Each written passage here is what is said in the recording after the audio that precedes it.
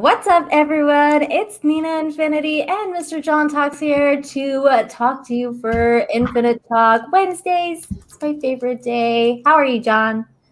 I'm the YouTuber formerly known as John Talks. I shall be now called Jim Beam. Oh my God! St. Patty's Day. This is the first. It's St. Patrick's Day. That's why I wore green. Yay! This is why. That's why I drink. Where's your green? I just drink. I don't care about the colors. I would have to pinch you, but I can't. No way. Ow! What the fuck? Yeah, no, it's like the first time I really drank. Although I did have, I had a glass of wine a little bit earlier this week. But yeah, it's pretty much like the first time I really drank this year. Oh. So I'm letting loose. You should have told me. I would have brought some drinks too. I didn't bring any drinks. St. Patrick's Day. I know, but then again, I'm hosting, and I don't really want to drink all. Maybe after we'll have a drink together. It'll be off air. I'll be too drunk by then, but sure. Yes, exactly, and I'll catch up. Okay, so yeah, hi everyone. Let's say hi to everyone in the chat. Hey Zero Rewind, Low Spec Linux. Hey Mega Mac, 19K Fox. What's up? Yeah, what's up, 19K? That sounds better than that sounded better in my head. Zack Snyder was just hanging out with those guys. I was watching that for a bit. That was cool. Yeah. He seems like a pretty down to earth guy. I watched Batman v Superman last night. What'd you think? It was okay. It was good. Okay. It was all right. It was 3.5 hours of my life. I was like, or 3 hours of my life. I was like, Yeah. I've got higher hopes for the Zack Snyder cut of Justice League. I have higher hopes for it too. I think it should be good. Hopefully. Yeah, I feel like there's two things about Batman v Superman that I don't like. One, that I feel like he kind of turned Superman into a bitch. He was like, the entire movie was just getting beaten up, and I was like, Superman's not a bitch. Like he's Superman. Yeah. That's one. The other is that I feel like Jesse Eisenberg just doesn't make a good Lex Luthor. He just doesn't. I agree. Yeah. I just don't feel him as Lex. I was like, There's so many like contrivances in that film. Especially, I mean, I don't know, the kidnapping of Superman's mom and just the whole plot to make them fight. It was just, It just feels all like, it doesn't feel natural. It's all contrived. But I mean, realistically, I think Superman, if he was being threatened by Lex Luthor and he's holding his mom hostage, like Superman would fucking begin, like he would literally be breaking limbs until he's like, you tell me where my mom is or I'm going to crush your head. Like, you know, I mean, it's just like you have, you know, you have all the, you know, you're Superman. All right. That's what I'm saying. Lex Luthor is, he's not, you know, you put that little Jesse Eisenberg in pain. You know, like he could have just lifted him up and took him to the to space and then be like, I'm gonna drop you. I'm gonna fucking kill you. Yeah. Like, you know, he could have had him like literally pissing his pants. And he could have. You know, it's just, I just don't believe it. You know, perhaps if you do have a stronger character playing Lex Luthor, it becomes a little bit more believable. Yes. But even still, the whole thing just feels, you know, just contrived. The way Frank Miller did it in The Dark Knight Returns, the comic book. I mean, it's a different thing. It takes place in the future, but it works because they're polar opposites. Like Superman is an agent of the government. Batman is a vigilante who is outside the law. So it makes sense that these two forces eventually are going to collide. In Zack Snyder's, you know, universe, Superman is just as much of a vigilante who works outside the law as Batman. So it's like, you know, and to me, it just makes like it's. We'll move on real quick. No, here. it's fine.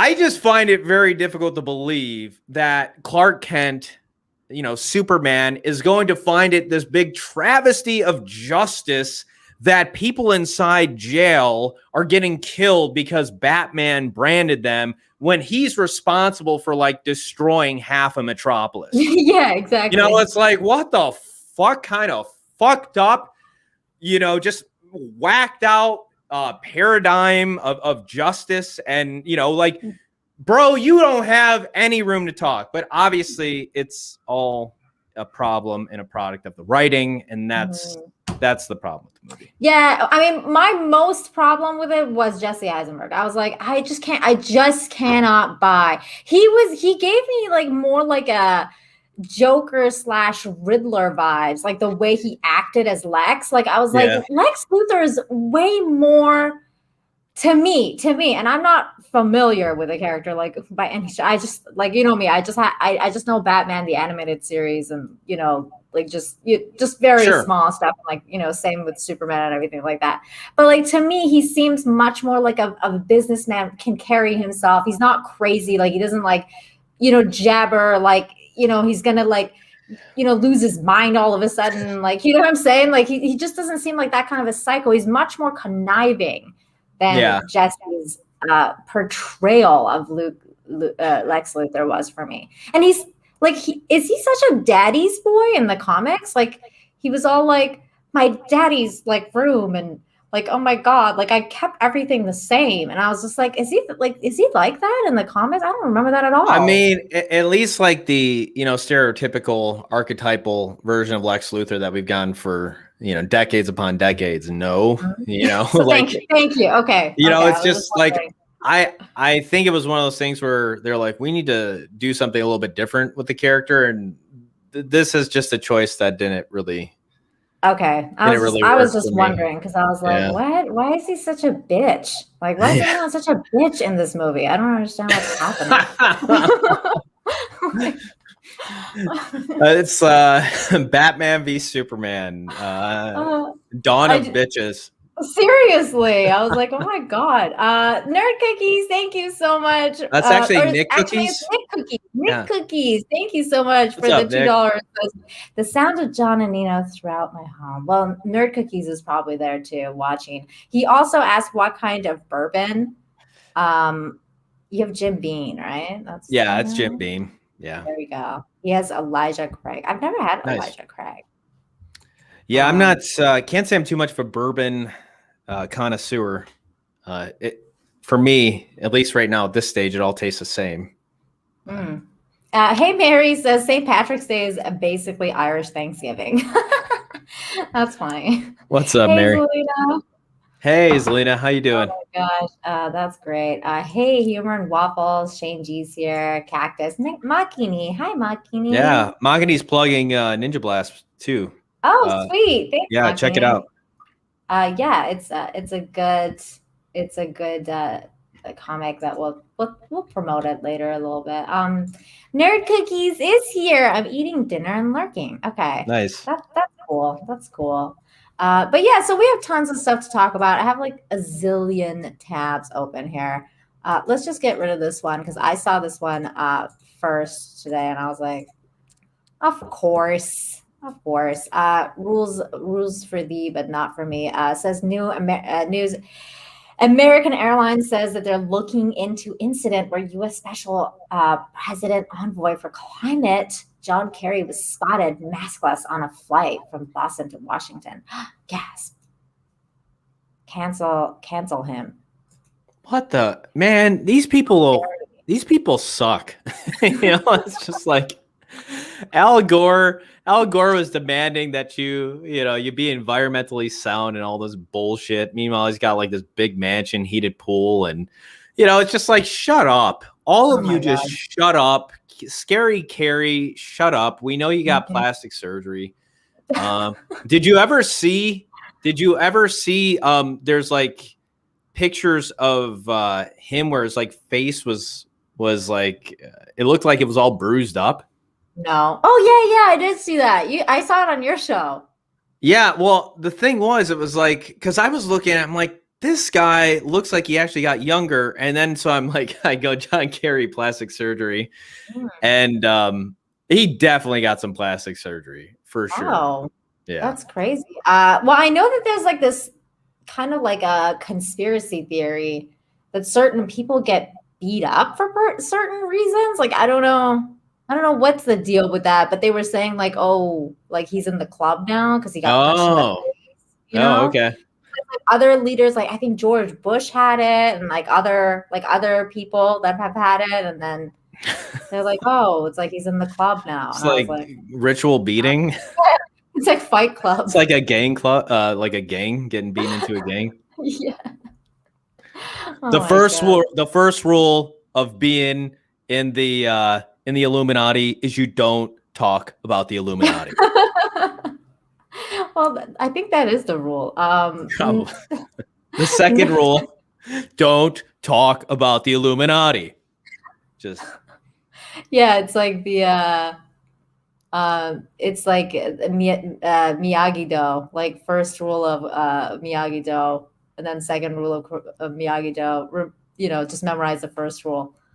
Nerd Cookies doesn't he have a private jet to go to places? You would think.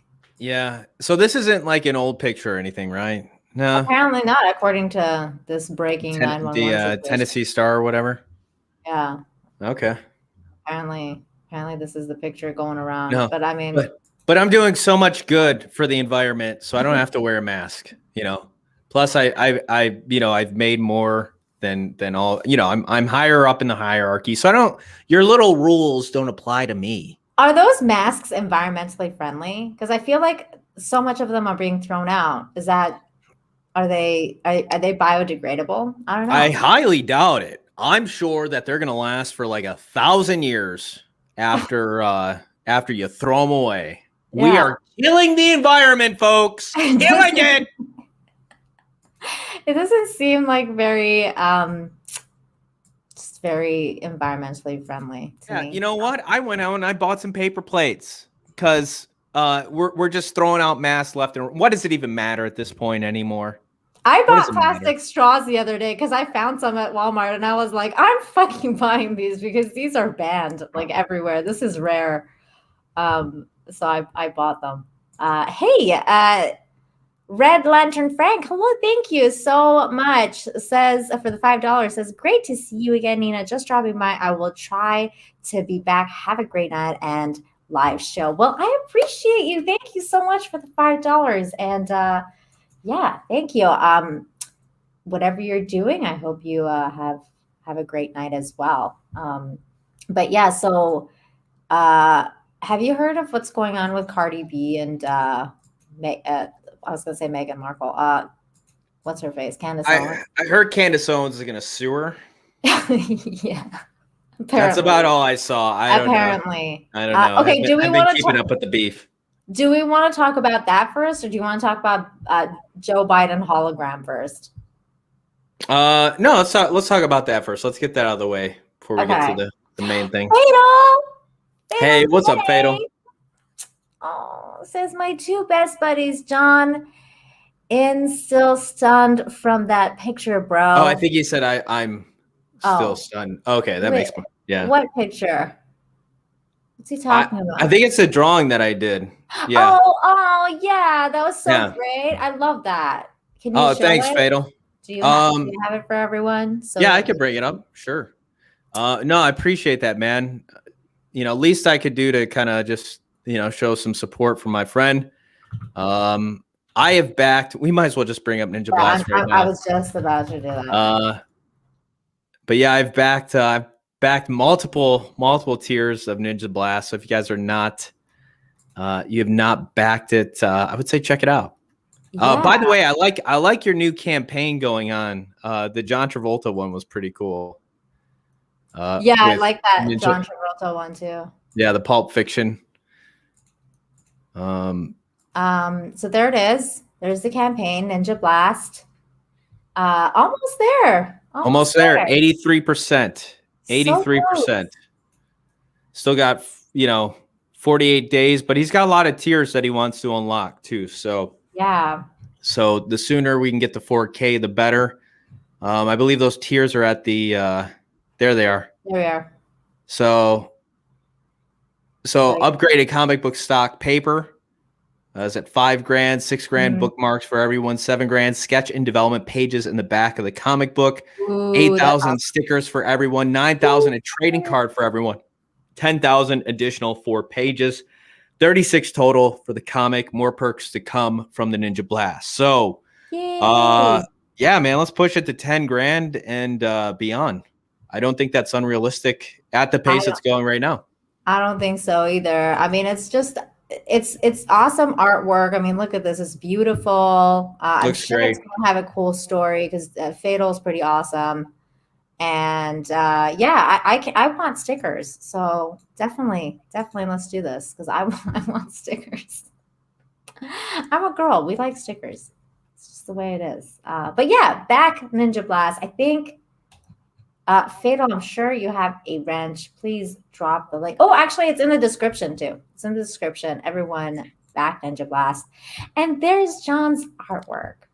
Yeah. So, Fatal, thanks, man. I appreciate that. I said it was Frank Miller style.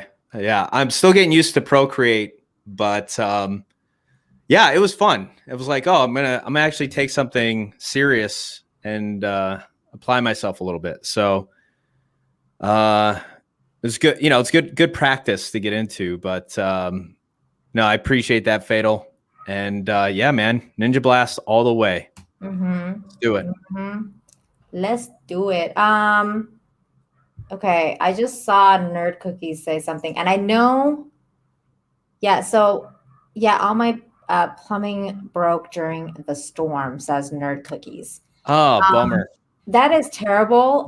Here's the thing. Before we talk about Candace, I actually saw something that's related to Texas, and I was like, oh, all right. Matthew McConaughey is thinking about running for governor of Texas. Really? Yeah. So I was like, oh, this is interesting. So since we're on the topic, let's cover that real quick. Here it is. Matthew McConaughey is considering Texas governor run. What's up with his hair? What's he doing there? I don't know what he's doing here. This is like a CNN thing, though. I hate CNN. I mean, we can watch it, but God, he's so annoying. Hey, did actor Matthew McConaughey just change his mind about a possible career later in politics? Melissa, I got to get in that shit now. Being a governor of Texas. Well, it looks like he's not interested, right? Which seems different from what we've heard from him in the past. Good morning, Robin. Yeah, it's looking like a real possibility that Matthew McConaughey could throw his name into the race. Here's what he said during a recent podcast out of Houston. Should your next all right. you know, running for governor of this wonderful state, we'd be very happy for you. But don't answer that. I'm not asking that question. I hear you. I'm not asking. It's a true consideration.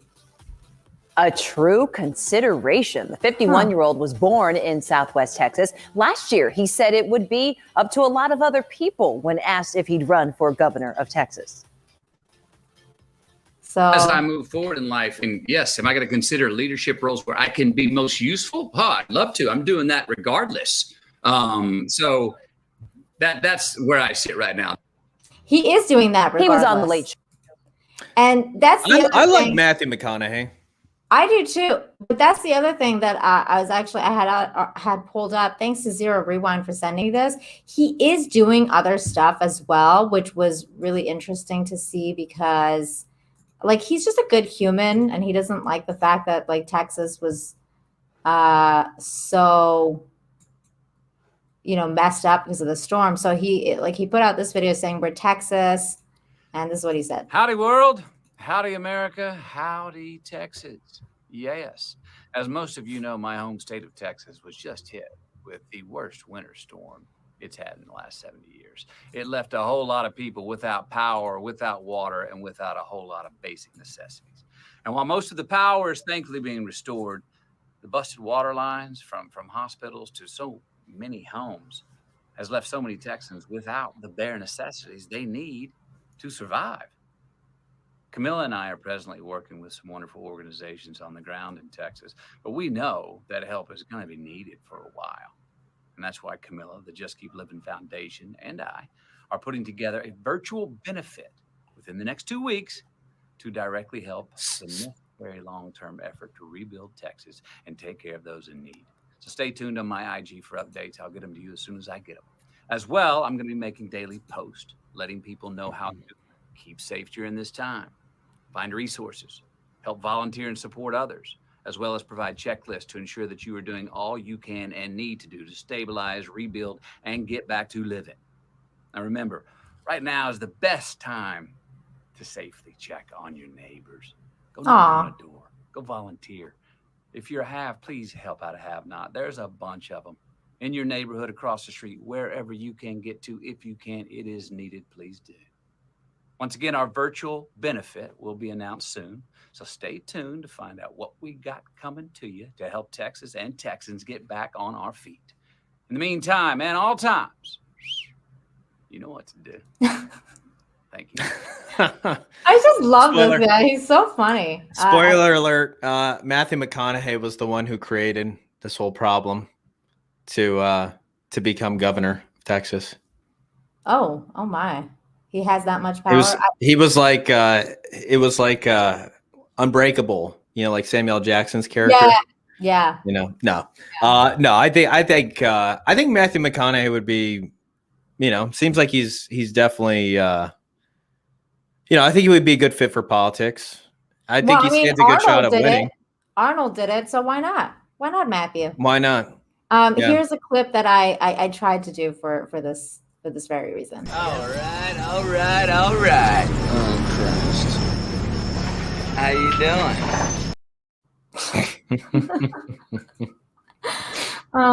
So yeah, Nerd Cookies, what do you think of Governor McConaughey? What do you you're already calling him governor. Well, what do you think? Like, would you give him your vote? Is he gonna become your governor? See, everybody says it. All right. That should be his running slogan. Humor and Waffle says he's transitioning into Bo Derek.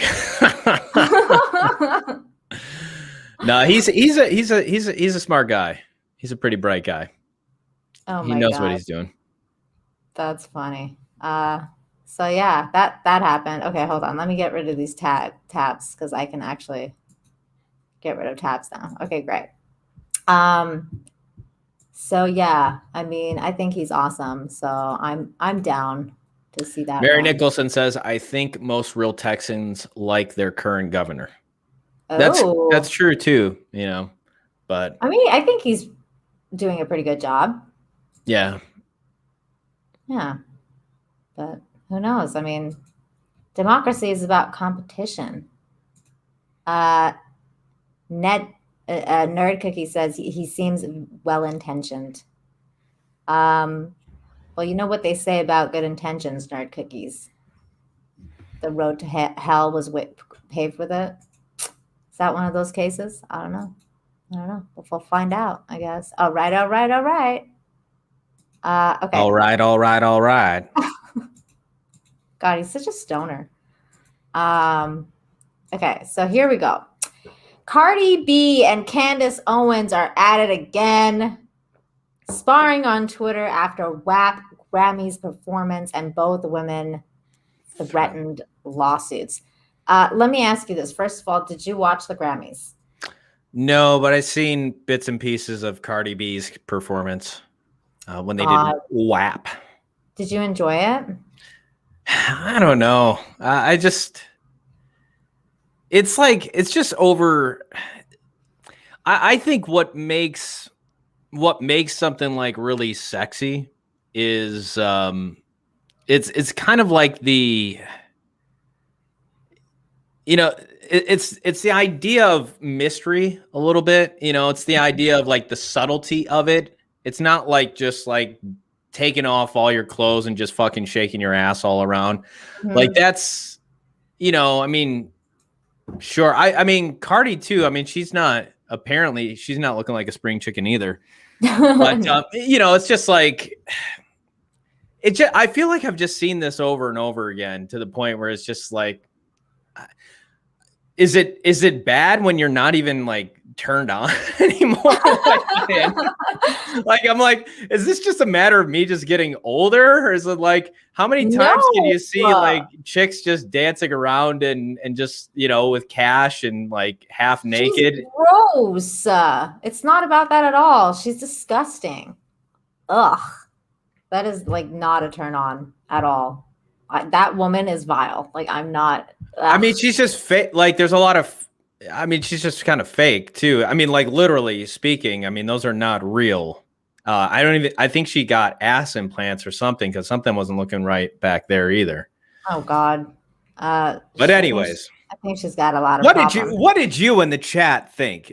I don't know. Nina, do you want to play a clip? Well, here's some people's ideas. Ugh, that woman's so vile, says Mary. I agree. She's gross.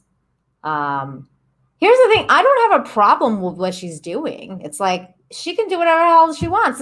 That's what America is all about, right? Like, if you want to do whatever. I'm not saying cancel, but the Grammys were lower than ever before too. Maybe people are just kind of, I think they're over the wokeness. I think they're over the over sexualization of things. Mm-hmm. I think we're kind of, believe it or not, it's like, I think we are kind of hitting a point where like the pendulum has swung, but it's like, I don't know. I think people are just oversaturated with, like, I think we are actually like yearning and desiring for something of a little bit more depth, something a little bit more deeper in society than just all of this shallow, superficial bullshit. See, and that's the thing with like what Nerd Cookie sees, like Pepe Le Pew is canceled, but this is fine to show children. Here's the thing. That's what my thoughts about it were too, especially because they're kind of aligning it with feminine and female empowerment and all that stuff. I'm like, this is not female empowerment. This is disgusting, because this is what they're just doing to perpetuate the idea of like women being objects, like, you know, all the things that they preach about all the time of how men shouldn't view women is this. Okay, like this is like the complete opposite of what they're preaching. But it's female empowerment, Nina. It is not empowerment. Like, here, I don't know. Let me see if I can find this, just so people in the chat, if they haven't seen, I'm sure they have, but I mean, it's on this article. Like, what you want to? Oh, okay. You want to show her dancing around? Is that what you're? Yeah, just so people kind of get an idea of what we're talking about. Obviously, I don't have to play the whole clip, but you know, I think they probably in general know. But okay, yeah, you can. Okay, hold on. I have it. I have it on my Twitter. I'll pull it up because I was like, ugh. But like, what is really annoying about it, John, is that like, because this kind of shit, like, you're right, this kind of shit has been going on for a long time. This kind of stuff has been going on for a long time. Like, you know, and I had people like talk to me about like, you know, well, Madonna used to do it and like all this stuff, and that's all true. Like, Madonna several years ago, like she got her concert canceled in Canada because she was doing something very similar. She was on a bed, she was like gyrating, she was doing, you know, doing all this kind of stuff. But what was different was that it wasn't on air prime time on the Grammys. Like, that was a private, like, you know, that was a privately held concert, which was like basically age restricted. And, you know, consenting adults could go to this concert and watch Madonna gyrate on a bed. This is prime time. This is like Grammys. Your 7-year-old girls. Yeah. You know, like, and boys can watch little this. Girls and yeah, exactly. Little kids are watching this, and like, it's like, what? Huh? Like, and then Pepe Le Pew is getting canceled, and Dr. Seuss is getting canceled. Like, what is this? This is what we're talking about here. Oh, then you had Trevor Noah. I'm gonna mute this because I don't want her disgusting song on my channel, anyways. But mind you, this is like what the hell, man? And literally calling, like, you know, women whores and stuff like that. Like, I mean, this is just the antithesis of everything that they stand for. It's really gross. And then here comes this girl who used to be a stripper / prostitute, who used to apparently drug men and basically steal their money without putting out. and she's on primetime Grammys. Like, this is what the hell? That's enough. That's enough of that.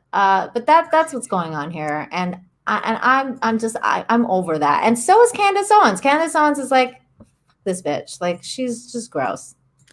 Yeah, I mean, I think when it comes to, I think for me too, it's just like, can you be more creative when it comes to art? Like, do you have to use sex to, like, I just feel that's the cheapest route of going. Like, and again, if you are going to make something, I'm not saying you can't make something a little sexy and, you know, something enticing and in a sensual sort of way. But there's just way more subtle ways to do it. And, you know, quite honestly, it's like, you know, I've seen women far more sexy with a lot more on than those girls with, you know, practically nothing on. But Nick Cookie says she's free to do what she wants. I'm free to want to vomit at the sight of the and sound of her doing what she wants. Yeah, I mean, it's just, it's not even like, if this song was at least a little better, I would be willing to be like, okay, well, whatever, sexual expression or whatever. But the song is literally about, like, it's just like, what? It's like you can't get more crude or lewd. Yeah. At all. Like, I mean, you probably could, but I mean, that's pretty freaking, you're definitely hitting the meter there. But that's why I'm like, this is the pillar of music now. Like the Grammys, this is where Leonard Cohen and, like, you know, this is where real famous musicians would go and get awards. And this is where we're at now with the Grammys. The Grammys, you know, they're revering her. And so this is kind of like how it started with Cardi B and Candace's new beef, because this is not, they've been going at it for a while, but their new beef started with her being on Tucker's show and saying this. Any words about it? They call this. And great. look at they say this is fabulous. That this is Tucker's resting shock face. He's got the same face all the time. Like all the time, he is just like resting shock face. It's the funniest thing I've ever seen. Any words about it? They call this great. They say this is fabulous. That this is the stuff that children should be aspiring towards. So at the same time, Tucker, that we have kids that are not learning hard academics. Why does he close his school, mouth? Right? Mathematics and science. You can trust the science and trust Dr. Fauci, but you have these kids learning about critical race theory. You know, they're learning that they should aspire to people like Cardi B. That you see that fundamentally we are seeing the destruction of American values, American principles, and it's terrifying. I think parents should be terrified that this is the direction that our society is heading towards. And again, we are weakening America. That's really what we should be talking about. This is a weakening of American society. We are setting the stage, and it's been happening for years. And this is what I meant, because the liberal elites pretend WAP is a song about female empowerment, and I'm like, really? Like, no. I'm not empowered. We are looking at corrosion. Like, we are about to see the end of an empire. America cannot survive. It cannot be sustained under these sorts of values and principles. I agree. About it. They call this great. So this is kind of what sparked it. And then Cardi B came out and responded, wow, she tweeted, imagine if WAP caused the downfall of the American empire and not North Korea, bomb threats, terrorism, racism, or bad government. That would be so iconic. And then they continued to, like, just, you know, go at each other on Twitter for like 20 hours or something straight. They were tweeting it back and forth. I don't want to, Candace said, I don't want for Fox News, Bellicast, nor do I take issue with you having success. I take issue with you being used to encourage young women to strip themselves of dignity. Men typically treat women how they treat themselves. You know that. And that's, like, I agree with this. And this is why it really bothers me that they're trying to say, like, you know, this is about a female empowerment, when all they're talking about is #MeToo, how men are so, like, just constantly prying eyes and all this stuff about men and how men should, like, you know, rein it in. And then here's this woman being like, you sure you want to rein it in? Because I got all this. Check this out. And I don't know. It's really, and it's all gross. I think it sends mixed messages. Yeah, exactly. And that's the sort of thing. I mean, I guess it's nothing new though. Like, No, it's certainly it's not. nothing new in pop culture or anything like that. But, you know, it's like that whole idea. And women can play. I mean, it's like they can play both sides of that, right? It's like they can do whatever they want. But then if a man, again, kind of acts into, you know, in proportion or you know, reacts to that, right? I mean, in terms of like what other reaction are you asking for? And it's like, well, you're just a sexist, or rather you're just a, you know, you're a dog, you're an animal. Yeah, it's just you know, rein it standard. in, you know, rein it in, get control of yourself. It's just such like, a double standard all the time. Don't put your ass out there, or don't, you know, don't put your boot, like, you know, you get what you're fishing for, right? Yeah. In terms of like what kind of bait you put out there. And this goes for men or women, either way, you know, it's like attracts like. So if you want to put out, you know, like this version of yourself here, like Cardi B is putting out, like, you are going to attract a certain kind of man or a certain kind of person, right? I mean, this of course goes beyond. Well, and interestingly, subject, John, Candace actually went on another, you know, talk on her Instagram about all this, and she pretty much said exactly what you just said. And we'll listen to that for a couple of minutes because I thought it was pretty cool. But yeah, so basically what happened after that was that Candace said that, and then Cardi came out and said, like, you know, anyways, congrats on your new show and blah, blah, blah, because Candace has a new show on Daily Wire. I hope you speak more about WAP. Any exposure will help, said Cardi. And then it took a turn because Cardi B shared a doctored screenshot that purported that the Candace's husband was cheating on her with her brother. What? Yeah. So then Candace was like, FYI, I do have a brother, private citizen, who you are slandering right now with this Photoshop image that you are now publicly claiming you saw tweeted in real life. You want to admit you lied now or get sued so I can expose you as a liar. I win either way. And so like it just kind of like went on, and then they were like, and then, you know, Cardi was like, you know, some websites covered it and you were trending and everyone knew and blah, blah, blah. Like, so she didn't really look at the fact that it was doctored or not. It was just all, but it was like a fake tweet. So now what's interesting though is like, even if Candace was gonna sue her, like, she doesn't really have a case because there's no damages to, you know, I don't think she has much of a case either. I don't think so either. But this is what she had to say earlier today about the whole thing. She said, there's some whores in this Twitter. There's some. Yeah, I mean, she might as well have. But no, she's pretty. Like, this is a pretty intelligent lady. She's not gonna. Right. She's not gonna talk. She's not gonna sink down to Cardi's level, but no, she will argue with her. I mean, if you see Cardi's tweets too, it was so funny because I was watching Nick Rekieta talk about it last night, and I was like, and Nick is like, she sounds like she's 3 years old, and I'm like, she's talking in Ebonics. This is what's going on, because she doesn't talk like a regular English. She talks in Ebonics, and like she writes in Ebonics. She has no vocabulary. It's pretty crazy. But yeah, so this is, here we go. Super busy today. So it took me a while to get into this Cardi B stuff. Doing a lot of rehearsals for my new show, which is really exciting. But I know you guys have been following this. Long story short, I went on Fox News. The topic that they picked for the day was the Grammy performance that Cardi B did with Megan Thee Stallion. And I honestly only obviously they would pick that topic for her because they knew that she and Cardi B have had a feud for a long time. So obviously they want to drive up the ratings, and they're like, you know.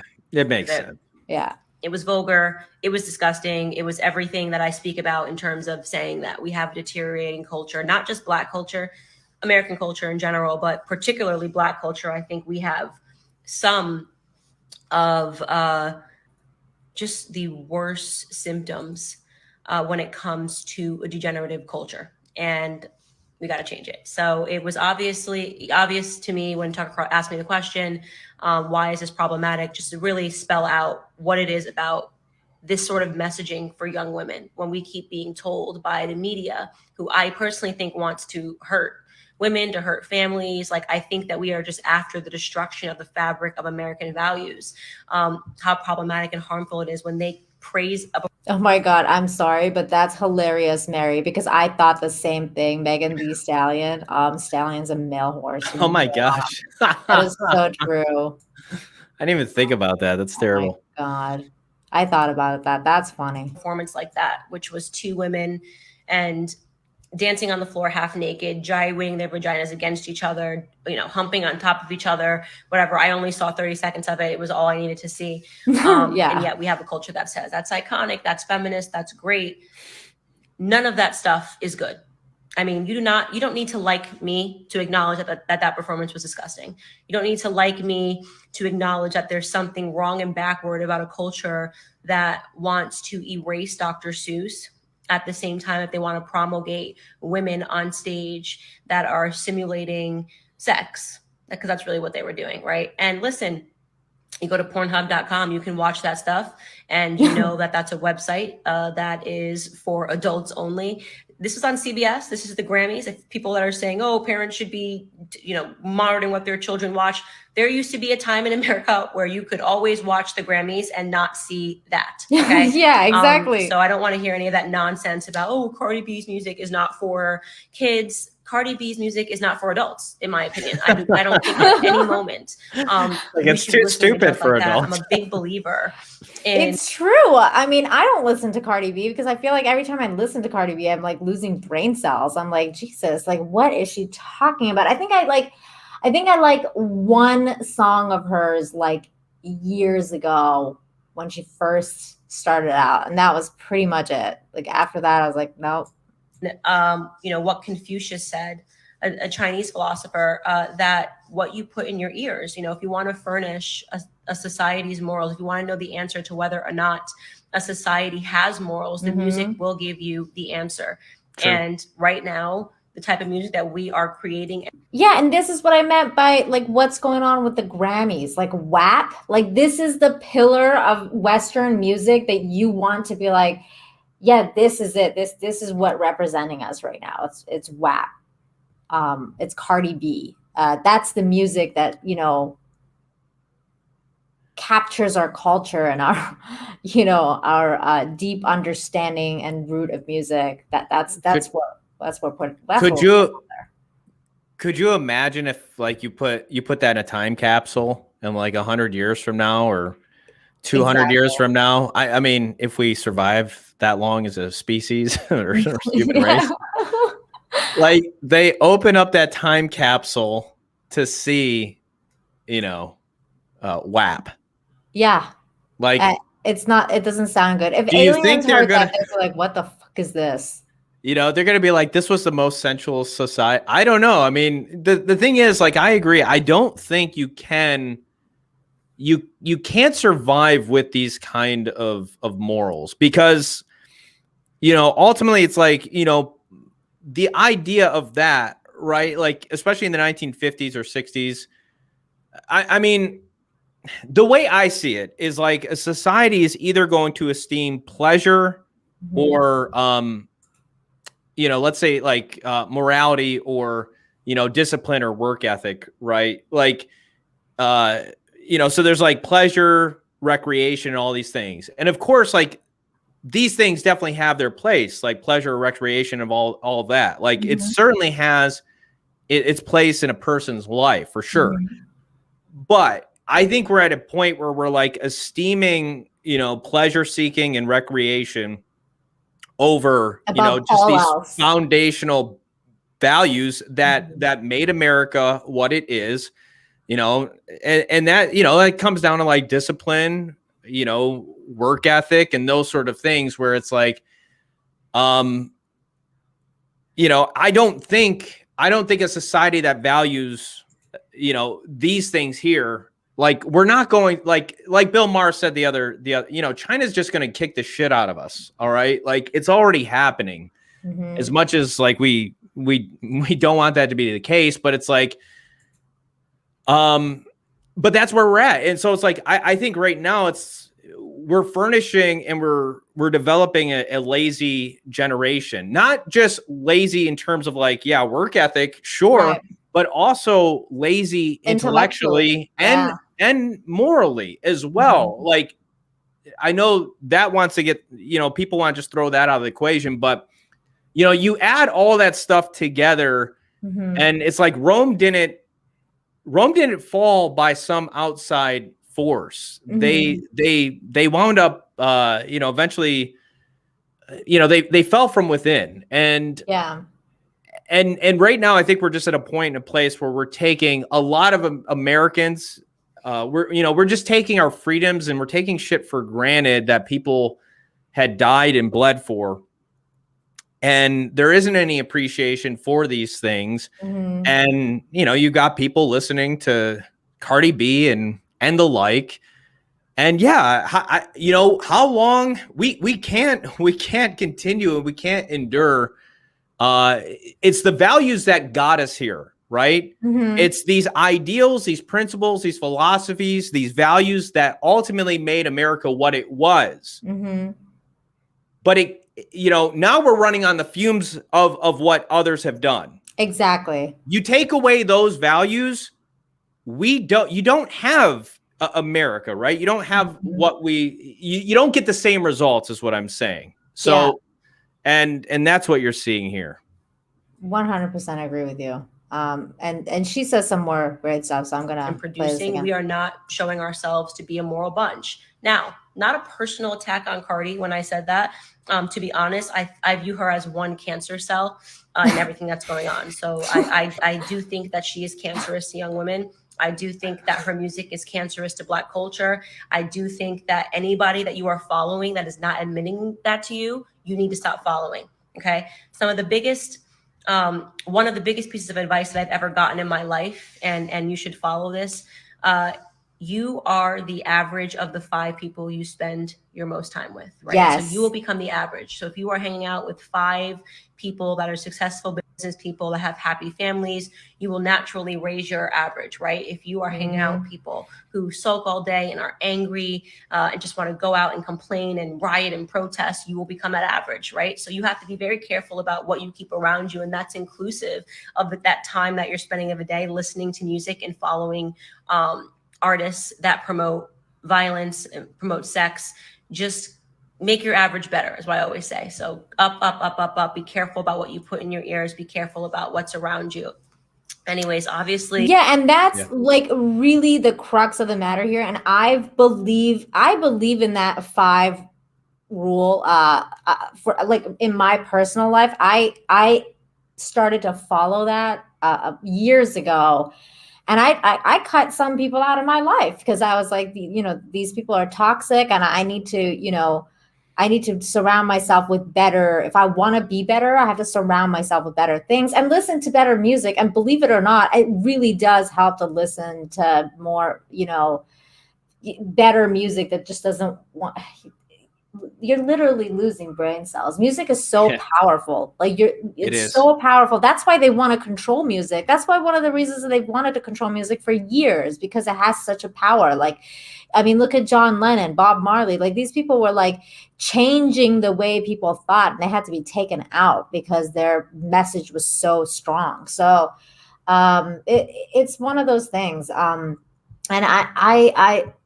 I agree with a lot of what Candace has to say here. So, yeah, I think music is one of those, like what makes it so powerful is it can cut through in terms of like, it more hits you like it's emotional, right? Like music is geared towards the emotions, not necessarily like the intellect, and that's why also like it can be very powerful. And it could, it could be positive, but it also could be extremely negative. I mean, I think back to my teenage years and it's like, well, shit, no wonder why I was a depressed teenager, because I'm listening to all this like depressive music. Like, me too. You're never going to be, you're not going to be constantly like listening to depressive people tell you that life sucks and, like how bad it is. And you're not going to wake up and all of a sudden feel good and happy. And that's like people think that we often think that we can, like, there's no consequences to stuff we do. Like that's the weird thing where it's like, it's like, oh, well, I can listen to that, but it's not going to affect me. It's like, oh, I could breathe in smoke, but that's not going to affect my lungs, or I can breathe in toxins and that's not going to, well, it's the same thing here. It's like, you can think that your 5 closest friends, like, ultimately I'm my own person. I make my own decisions, but no, you are those people. You are a piece of those people who you choose to, be around and hang around. And so it's like, whenever somebody responds, when you tell them, like, or you bring up the idea of, like, you're your 5 closest friends or whatever, and they say, like, well, no, I don't believe that, or I don't believe music really affects me. I can listen to whatever I want. It's like, well, like, okay, sure.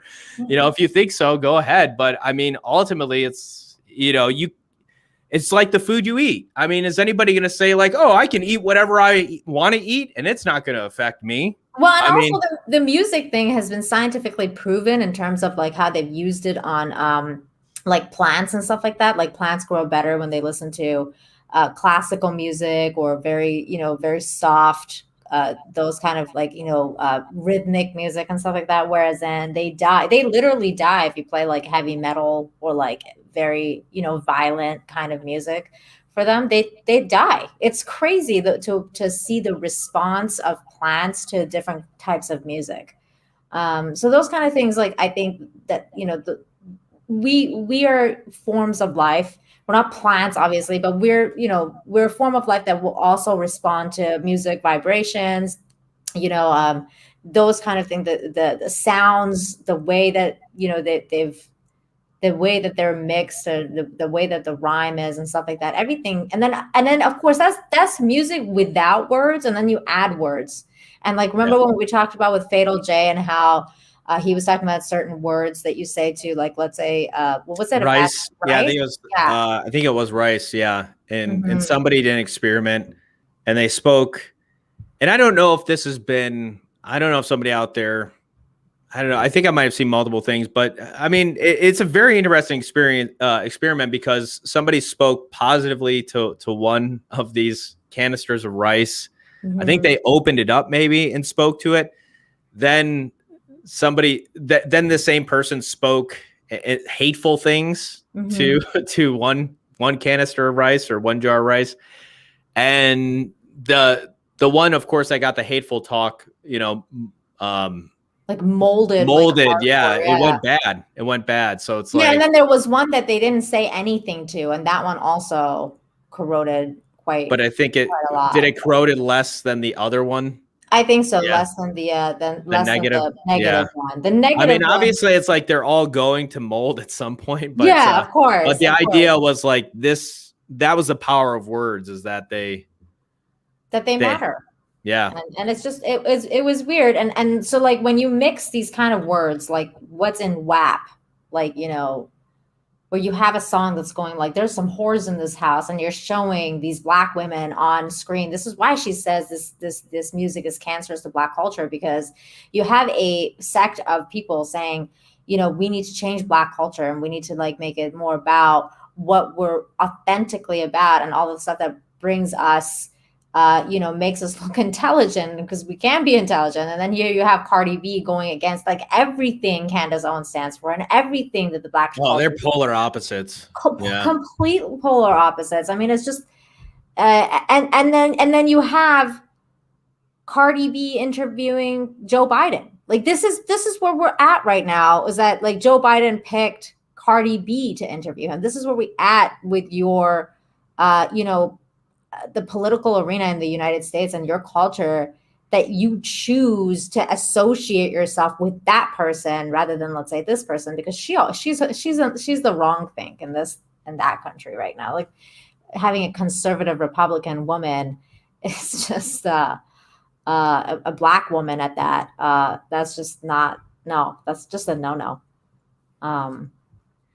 But yeah, so did you want to watch the rest of this? I haven't watched all of it. So, I mean, it's like 13 minutes long. I don't know if I want to listen to more of it. But I mean, if you want to put a link in the chat for people, or yeah, if they want to watch the rest of it, but yeah, it's a long interview. I think we kind of get the gist of what she's saying. Yeah. So, and that was it. I put the link of the article, and it's linked her Instagram account where she gave this talk on her Instagram account. But yeah, Kami Jeremy says Cardi B is an ugly asshole. I mean, I agree, but I guess some dudes are into that. And so are some women, which makes no sense. Well, I think it's it's really like personality is something that doesn't get brought up a whole lot in terms of whether people are attractive or not. Mm-hmm. But I think ultimately that is what, why I don't find Cardi B attractive. It's just I don't find her attractive when I found out what she used to do. Like, I was like, ugh. I mean, this person's like the lowest denominator. I'm saying physically speaking, I think she looks, she looks fine, but I mean, ultimately it's like a person's personality. Exactly. Is what I think is going to make them, attractive or not. Like, yeah, physically she is, but it's like once she starts opening her mouth, all of a sudden it's like, God. I think differently. Yeah. Yeah, but like look at Amber Heard too. Like she's, physically very attractive, but then you found out that she's a crazy bitch. And then you're like, okay, well that maybe I'm not quite attracted to her anymore. She's crazy. As Anna, that Star Wars girl says, hoes be crazy, right? Yeah. So what the heck is going on? Zero Rewind says that something happened during the Snyder stream. Geeks and Gamers that really criticize Geeks and Gamers that knowing it caused a lot of drama. Well, that sucks. Yeah, I saw it. I saw it early on, and I was surprised. It really, I felt like it kind of soured at least the beginning of it. Just because I just didn't see it coming. So when it did, it was like, what I just saw the end, and I just saw like kind of like about maybe 15-20 minutes before he left. And all I saw was that Ryan looked devastated. And I was like, why is Ryan Kinnell look like he just saw a ghost? And I was like, I guess they say, don't meet your heroes. Maybe that's kind of what happened. I don't know. I have to catch up. I have no idea with all the drama. Yeah. So, yeah. Well, if you guys didn't see the stream, I don't even know if the stream, I wonder if Uchi's going to keep it up. Why can't I find it? It was really difficult to find because I guess Google doesn't want you to find it. Put Uche Zack Snyder stream or Snyder Cut stream. That's how I found it a couple times. Don't tweet your heroes. Shane says, as soon as Snyder came on the stream, he said he wasn't associated with Geeks and Gamers and didn't support H8. Who's H8? Really killed the mood. It was really awkward. Ooh, ouch. Who's H8? I think it was that one channel we were looking at the other time. Oh, Hate. Duh. I'm thinking of H3. No, Hate. Oh, yeah. Hate. Oh, yeah. I thought like H8 was some YouTube channel that was on there. I was like, what? Thanks, Mary. Thank you, everyone. Duh. Hey, Hetty. What's up? What's up, Hetty? We're talking about weird drama going on with Geeks and Gamers and Zack Snyder. Are you guys excited about the Snyder Cut, though? It drops tonight. I know I'm not. Well, I definitely don't give a shit. I'll watch it. I'll watch it, but I'm not like, oh my God, Snyder Cut. Especially after Batman v Superman. Yes. What's the worst, John? You're gonna hate me. I like Batman v Superman more than Man of Steel. All right. Okay. I'll see everyone. How do I get out of here? How do I leave? No, don't leave. No.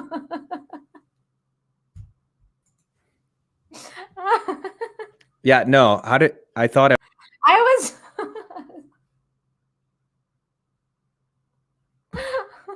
Oh my God.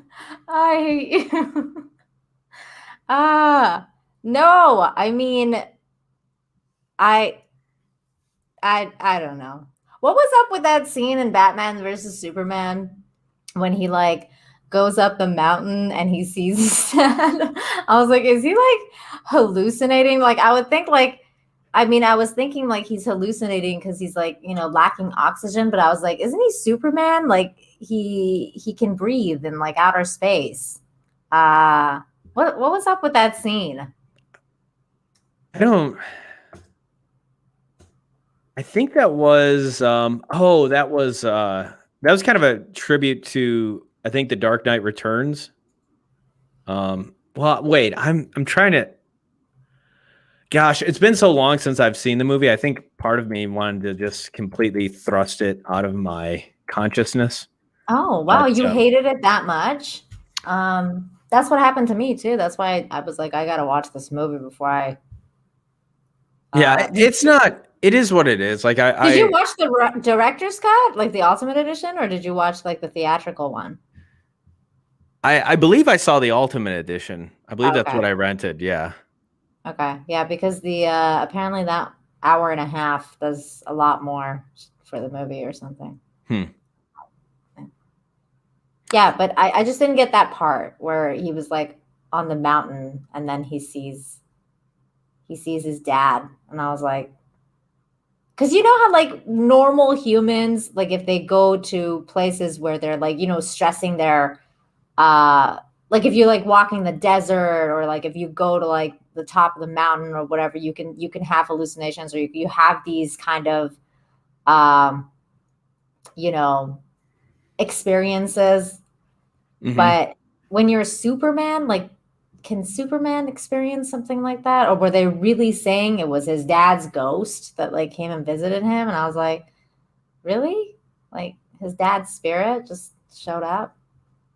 I don't know. It's weird. Yeah. Yeah. It turns out that he went live with on Geeks and Gamers, and they've actually got quite a few people. It's almost like they've got as many people watching this stream as they did for the Zack Snyder stream. So like 7,000 people.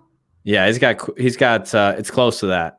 Wow. So, yeah, after those comments, it was like, it was just a weird way to really begin the live stream. Because once he said that, I'm not racist and I'm not part of the Geeks and Gamers. Yeah, I mean, I think Right.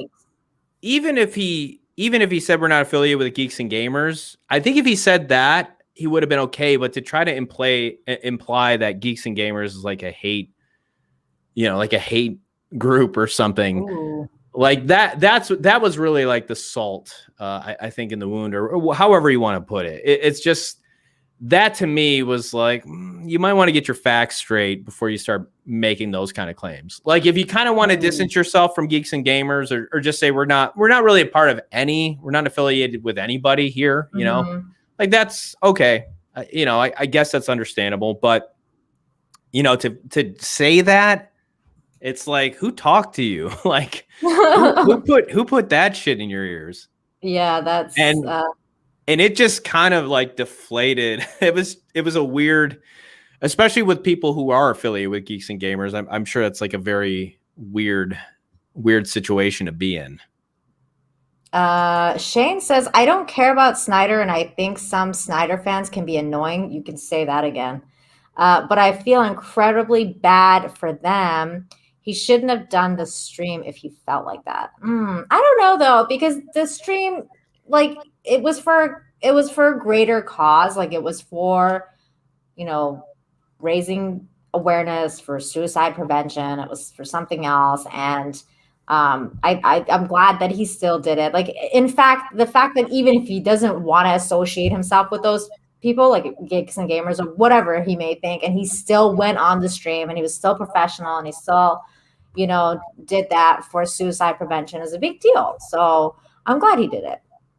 But I don't know. Yeah, I mean, it's it's something that Jeremy's not. He's not. It's nothing new to him being being called an ist or this or that or being even implied. So it's like it is what it is, and he'll take it, and he'll be able to He's gonna monetize it, dude. Who are you talking about? You're talking about Jeremy. Yeah. Oh, I would too. And no disrespect, I would do the same thing. I would definitely. If Snyder name drop my name or that's not, I mean, you gotta get out there and you gotta defend yourself too. Yeah, of course. You gotta let everybody. His brand. I would be like, excuse me. Yeah. What'd you say? Yeah, see, that's what I said. He says, I felt bad for Ryan and the rest of them. Yeah, like that's what I thought too, because I got there late. Really I didn't see what Zack said. I just got there late, and I saw Ryan's face. He looked like he had seen a ghost. Like he didn't look good, and I was like, "What's wrong with Ryan?" Like that was my initial thought. Was like, "What the heck's wrong with Ryan Kennel?" Because I know how much he's been looking forward to this for like so long. Like he's been just talking about it for so long. And just that's unfortunate, but I hope they can all work it out, and I'm sure he's still gonna enjoy the movie because it's Snyder Cut. Yeah, but it's not gonna be the same. It's like that definitely that'll take the wind out of your sails. Like it felt like it. I think to some degree. I mean, especially if if you're a big fan of somebody like that, and they.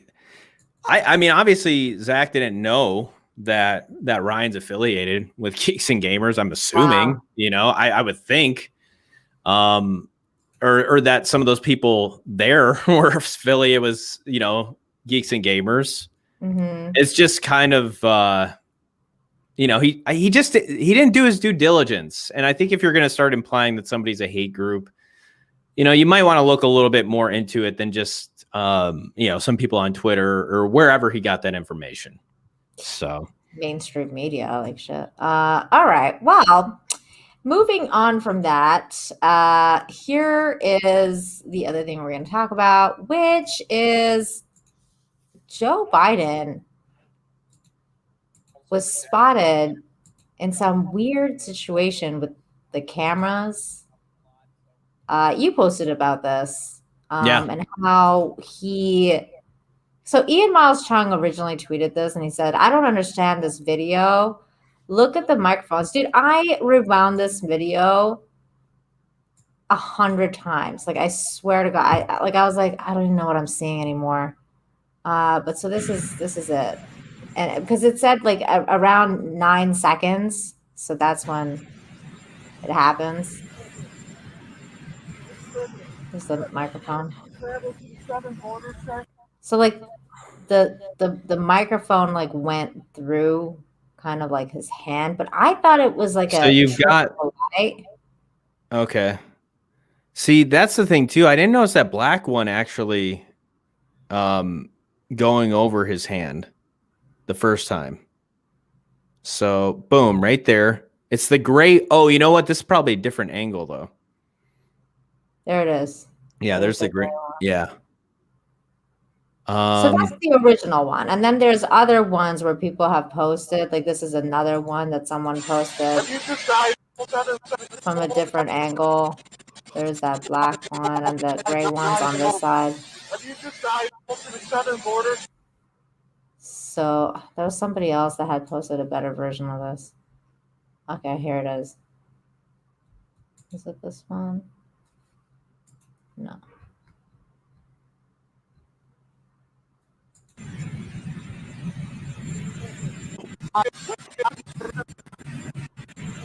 This is like a side by side. Not at the moment. For me, it's that gray mic. Yeah, this one. Like, if you look at it, it looks like it's. See, it looks like it's over there now. Doesn't it look like it's in the? It looks like it's on the other side. Like it should be over here. Yeah. Right? Yeah, it just looks fake as like it doesn't. There looks like there's something around it too, like a slight outline around it that seems like a it little. just doesn't like, look blurry. real. Yeah. Yeah. But again, I think like you said, Nina, it seems like if his hand's going over it, it shouldn't be. If that is the same mic, it's like it shouldn't be. Seems like it's in that first video, it's closer this way. Like, yeah, there it is over there. See, it's all the way over there. This is it. This Yeah. is like almost behind him. Yeah, you're not even seeing it. You're not seeing this in the frame at all. No. And there's the black mic. This is where this black mic is, right? Yeah. And this one, you would think would be around here, right? Because that's where his arm is, but this is right. Like, how big is that freaking mic, though, too? Like, that was the other thing where it's like that mic looks huge. Like, it looks like massive. Massive. It makes his arm look small. It does. And his hand looks small. So it's like, again, if it's really truly, I don't know. It just looks weird. It's just such a bizarre thing that happened. Yeah, because again, you're seeing it right here. It doesn't make any sense. I don't know. I mean, look at too. Like, you're right. Like, it's got this weird hue here. I don't know. I swear, I watched this so many times the other night, and I was like, I'm like, I need a tinfoil hat or something because this is starting to look real weird to me.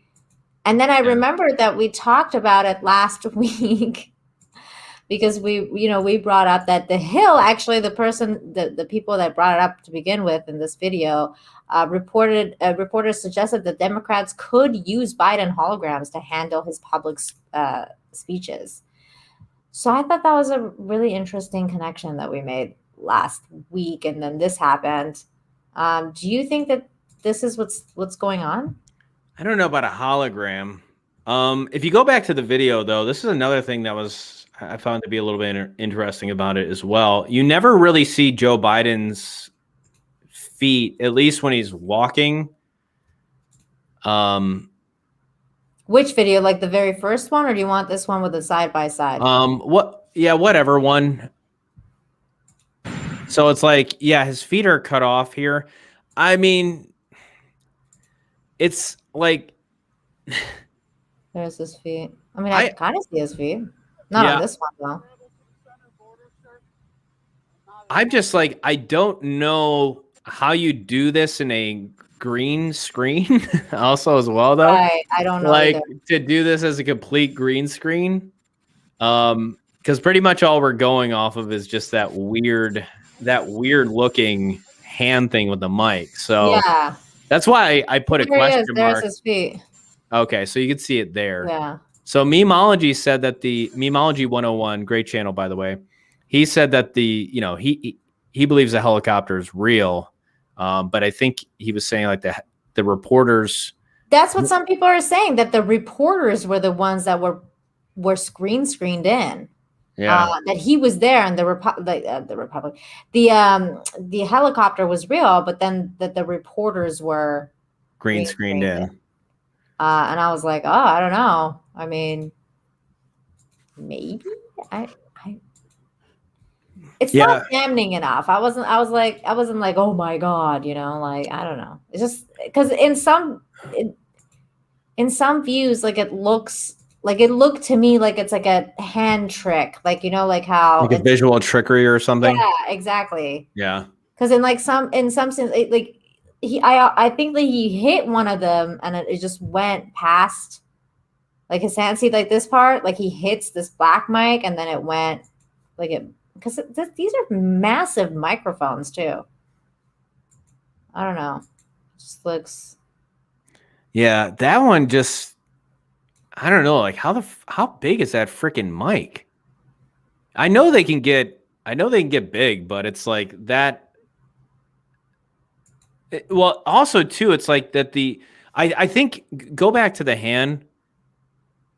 I think why it stands out is because it's like his hand is clear and that mic feels blurry, you know? And so when you have something in the same vicinity, right? It's like it should, if something in the background is out of focus, then it shouldn't, like nothing in the background should be clear, right? So in that range right there, it just seems very odd that his hand feels very clear and that mic feels like it's out of focus. It's out of focus. Yeah, exactly. And this guy says definitely edited. For some reason, in one angle, his hand looks like it goes through the gray mic, but in the other angle, it's nowhere near him. And that's what was so weird to me too, because I'm like, why is it in one angle, it's like nowhere near him, and the other angle, it's like it's here. So I suppose, like if you go back to that other one, the only way I could like even try to, right? Oh. Yeah, I mean that just looks fake though. You know, it's just like something about it looks artificial. It does. Oh, there it is. This is the one. Yeah. And the other thing too about this background is, and I guess it's fine for any, like, it's completely clear. So, not to say that that would really, I don't know, that would change. You know, just usually, I mean, I guess when it comes to video in general, it's not uncommon to have like somebody in the foreground to be the background and the foreground to both be clear. But a lot of times with cameras, right, automatically it's like the camera focuses on the foreground and the background becomes like blurred out. Yeah, and that's the other thing too, is what I was trying to figure out with this, like what you're saying, and with this, like why he's saying, because like if you have a camera here, right, because his angle is like this. Yeah. So like if the camera angle like is tricking him, because if the camera's here right now and the microphone is here, it will pick up like this thing would be here if the person is like holding it from this angle, like over on this side. Like it'll look like if it's holding it from this side, it'll look like if you're looking at it from here that the microphone's actually here. Do you know what I'm saying? Because it's all camera trickery and the way the lens I mean, is that realistically by his elbow? Is that what we're seeing? That's what I'm saying. Yes, you know? Because in reality, I think it's by his elbow. It's like over here somewhere, because that's what it was showing on the other one too. And if that's where it's at, then that I guess could make sense that it's there. Yes, that's what it's. It's a freaking huge mic. It's a massive mic. So it's like. But it just looks like. Like, look at this video again where he's. The thing that just throws me though is like his hand is in focus and it feels like that mic is not. It's just not. It is. Okay, so this is the massive mic. Yeah. Okay, so there it is. Side. Yeah. It just looks.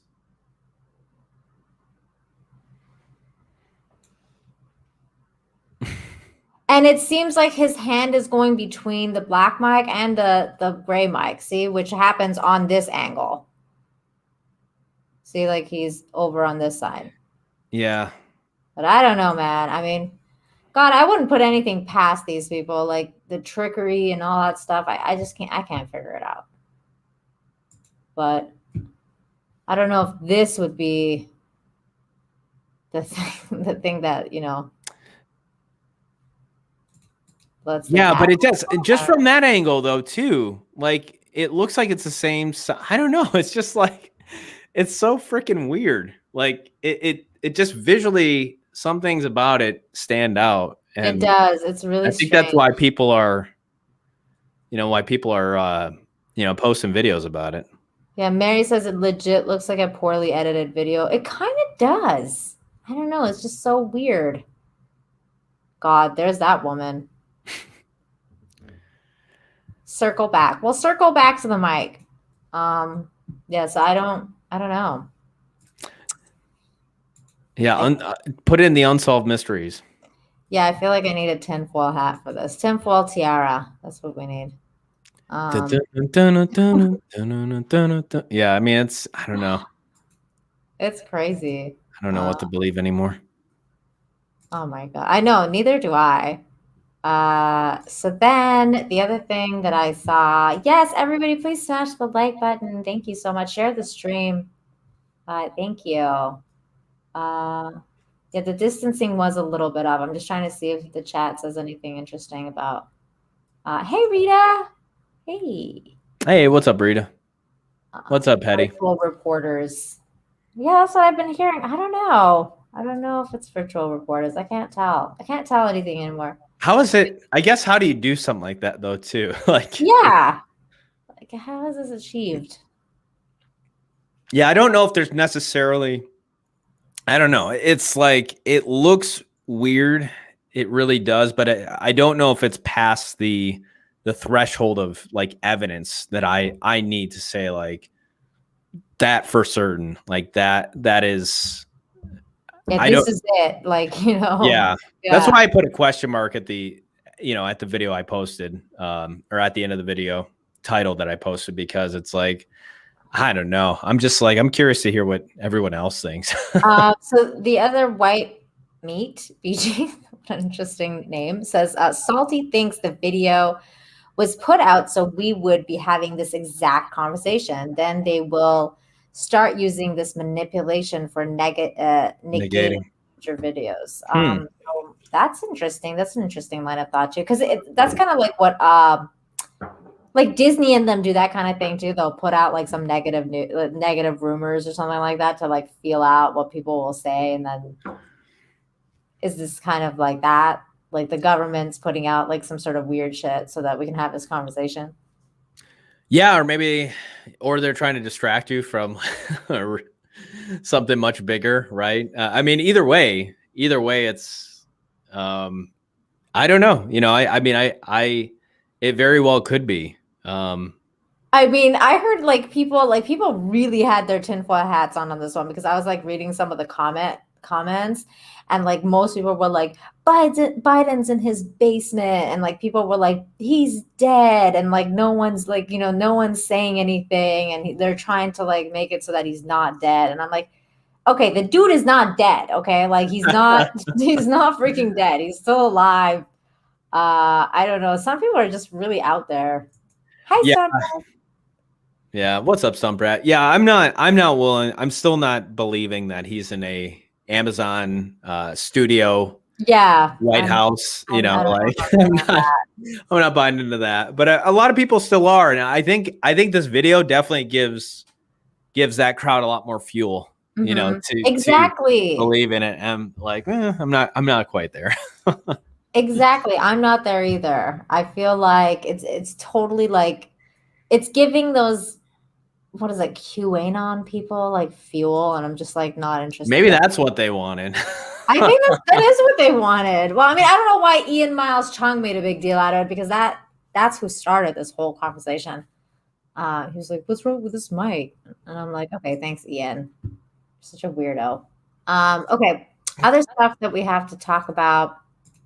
I saw this going around about what's his name? So the governor of Florida. CNN ripped for article admitting anti-lockdown Florida is booming, but implying Governor DeSantis shouldn't be taking credit. So as you know, Florida's been open for a long time. And DeSantis said, everyone told me I was wrong. At the fundraiser about pandemic lockdowns, I faced continued pressure from radical Democrats and the liberal media, but I refused to back down. It's clear Florida got it right. So the CNN wrote this article about him being like, basically, how dare he take credit for this kind of thing? Like, even if the economy there is booming and everything, a year into the pandemic, Florida is booming, and Republican Governor DeSantis is taking credit. The headline read, while the story acknowledges DeSantis' success in the face of more lockdown-friendly governors like Andrew Cuomo and Gavin Newsom. By the way, did you hear that like everyone and their mom is trying to say Gavin Newsom And the fact that they're trying to get rid of him is like this huge move by the alt-right, like the extreme alt-right, to get him removed. And I'm like, nobody likes you, Gavin. Like, like people like Nerdrotic or like Gary or like people who were liberal, extreme liberals actually in California really dislike Gavin Newsom. Yeah. And everyone's like being labeled as like this alt-right, campaign to get rid of him, who basically, now the article is each now facing their own controversies, especially fucking Cuomo. Critics accused both the headline and the article's content of downplaying DeSantis' role for political purposes. DeSantis gambled to take a laissez-faire approach, appears to be paying off, at least politically, at least for now, as other governors capturing attention in the opening phase of the pandemic now face steeper challenges, CNN story reads. Later giving space to Rep. Charlie Crist, an ex-governor of the state who could soon challenge DeSantis. It's a mixed bag, to be candid, blah, blah, blah. So this is kind of like what they said on the, like this one guy was like comparing the two headlines, like putting politics in front of lives. Governor DeSantis faces criticism over Florida's COVID-19 response. And then a year into the pandemic, Florida's booming and Republican Governor DeSantis is taking credit, which he shouldn't be doing. A lot of media outlets tried desperately to smear DeSantis for his handling of coronavirus, but eventually you just can't argue with the facts. Look, these assholes wanted to fucking take credit. Cuomo, what's his face? I forgot because he's so unlikable. The California guy. Mm-hmm. These people wanted to take credit for locking shit down and destroying people's jobs. No, fuck you. Like, fuck all of you. You know, you're taking credit over that bullshit. Cuomo getting an Emmy and, definitely eating up all of this shit. Meanwhile, you actually have somebody who cares about people's lives, who cares about people's jobs, who is doing everything in his power to keep them open. He can take some credit for that. That's perfectly acceptable. It's perfectly all right. Take credit for that. He made the call, and it's proved to be right. So CNN, you could stick it where the sun don't shine. I mean, fuck you. Like, seriously. and then he came out and made me like him even more by saying this today, and I was like, this dude is on fire. Hold on, let me just pull this up. There it is. He came out and said, governor announces Florida's curriculum will expressly exclude critical race theory. So he's isn't good for kids, man. No, it's not. Look, kids got, man. Can we actually fucking teach our kids something, for crying out loud, please? Can we actually teach them something of real fucking value? Because meanwhile, China's kicking the shit out of us in the education system because we're focused on, getting Dr. Seuss, out of libraries and teaching kids critical race theory and teaching them about, 17 genders and how Robbie has 2 dads. It's like, fucking A, teach kids something of value that they can take out into the real fucking world, please. Yeah, I'm with you there. And I can tell you critical race theory is definitely not one of those useful things that you will take with you for the rest of your life. In fact, it's doing a lot of damage. So this is what the governor had to say. Florida civics curriculum will incorporate foundational concepts with the best materials, and it will expressly exclude unsanctioned narratives like critical race theory and other unsubstantiated theories. There's one person clapping, yes. Let me be clear. There's no room in our classrooms for things like critical race theory. Teaching kids to hate their country and to hate each other is not worth 1 red cent of taxpayer money. Yay and amen. Thank you. Somebody So we finally will made some invest in sense. actual, solid, true curriculum, and we will be a leader in the development and implementation of a world-class civics education. Yeah, this stuff is just it's divisive. It is.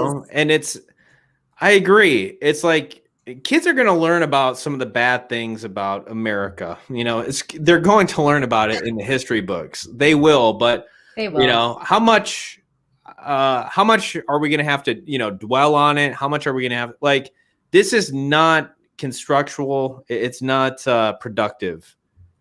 Mary says the genderbread man that they're putting in some elementary schools, just what the F? I'm homeschooling my kids. Fuck this nonsense. What the hell is that? Have you even heard of this? Genderbread? I've never heard of genderbread. It sounds like something stupid that these kids would I have to look this up now. be forced to learn. Oh my God. What is this?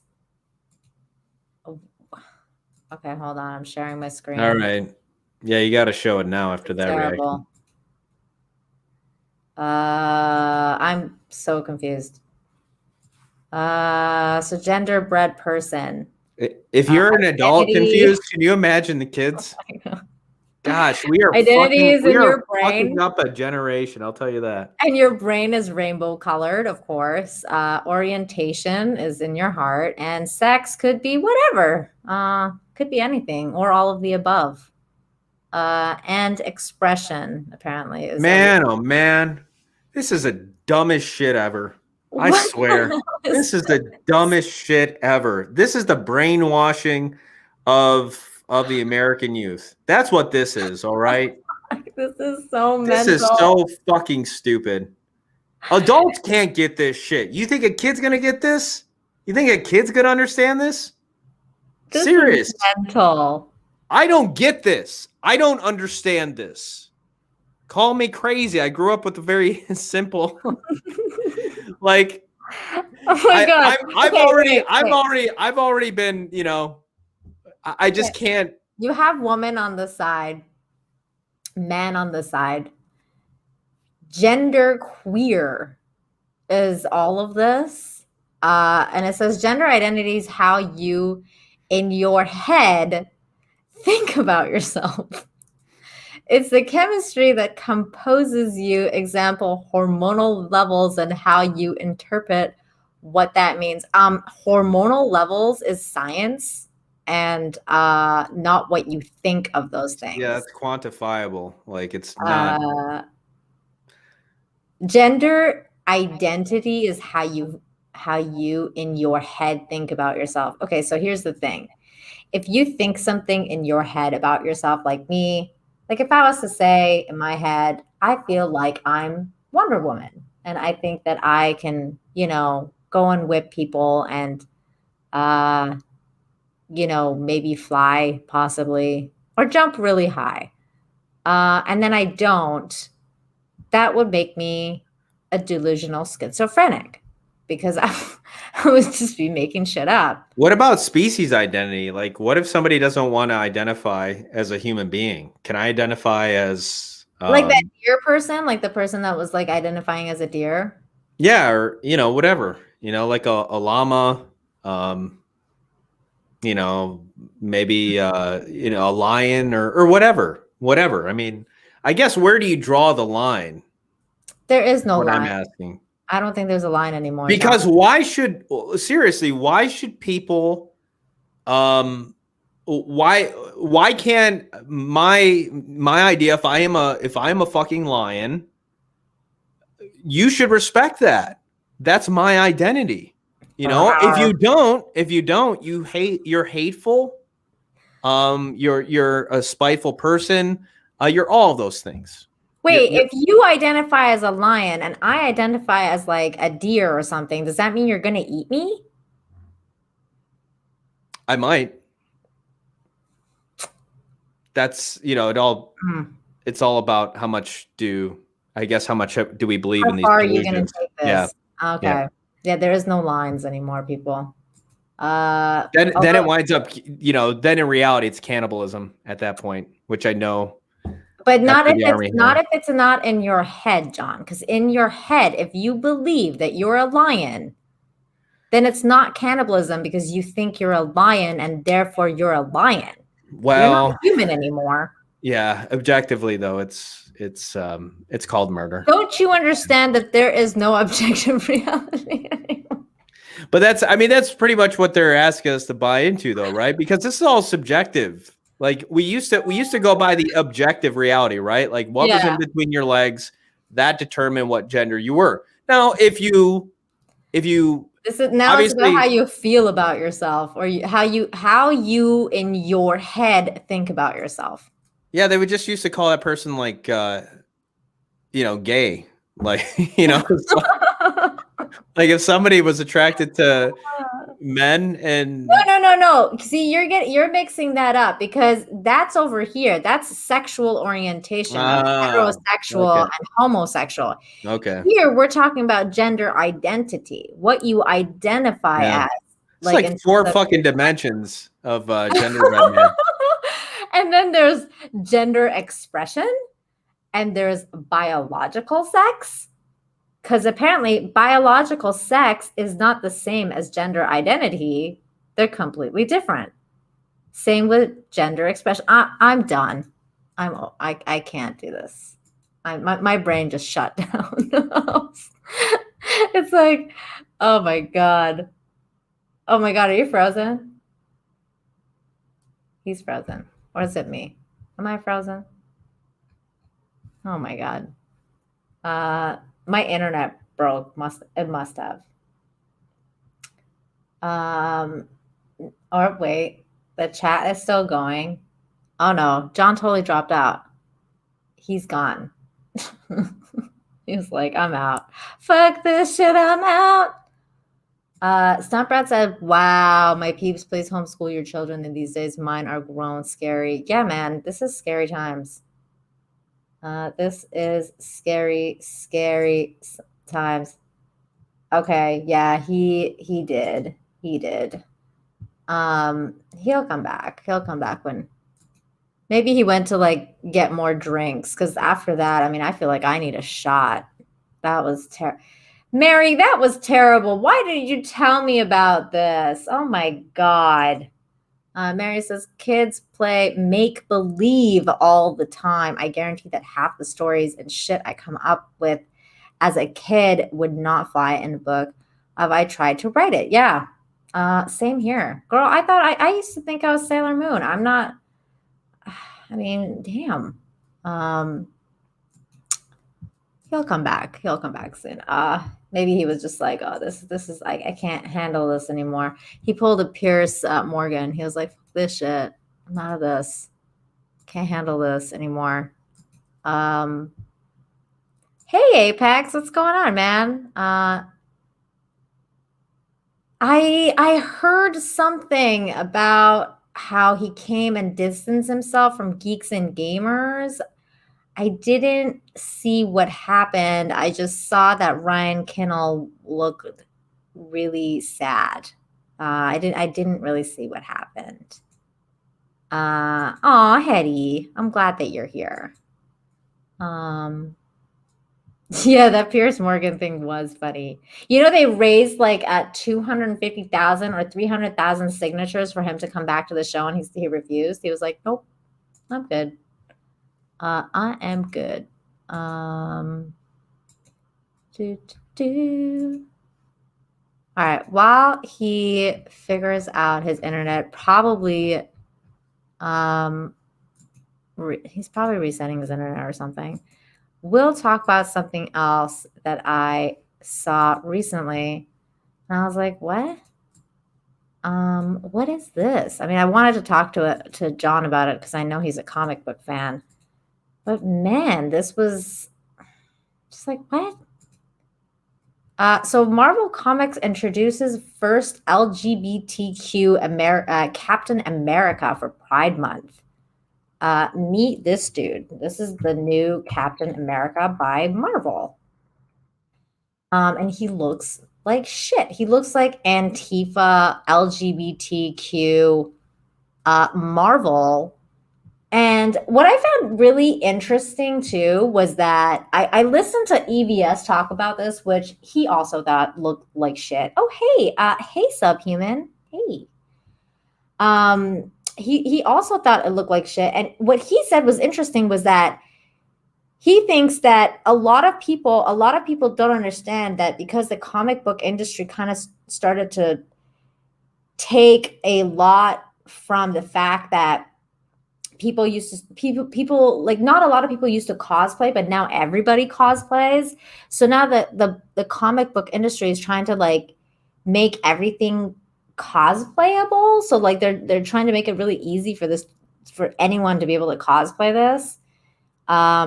So here this is this is bad. And apparently he's a hobo.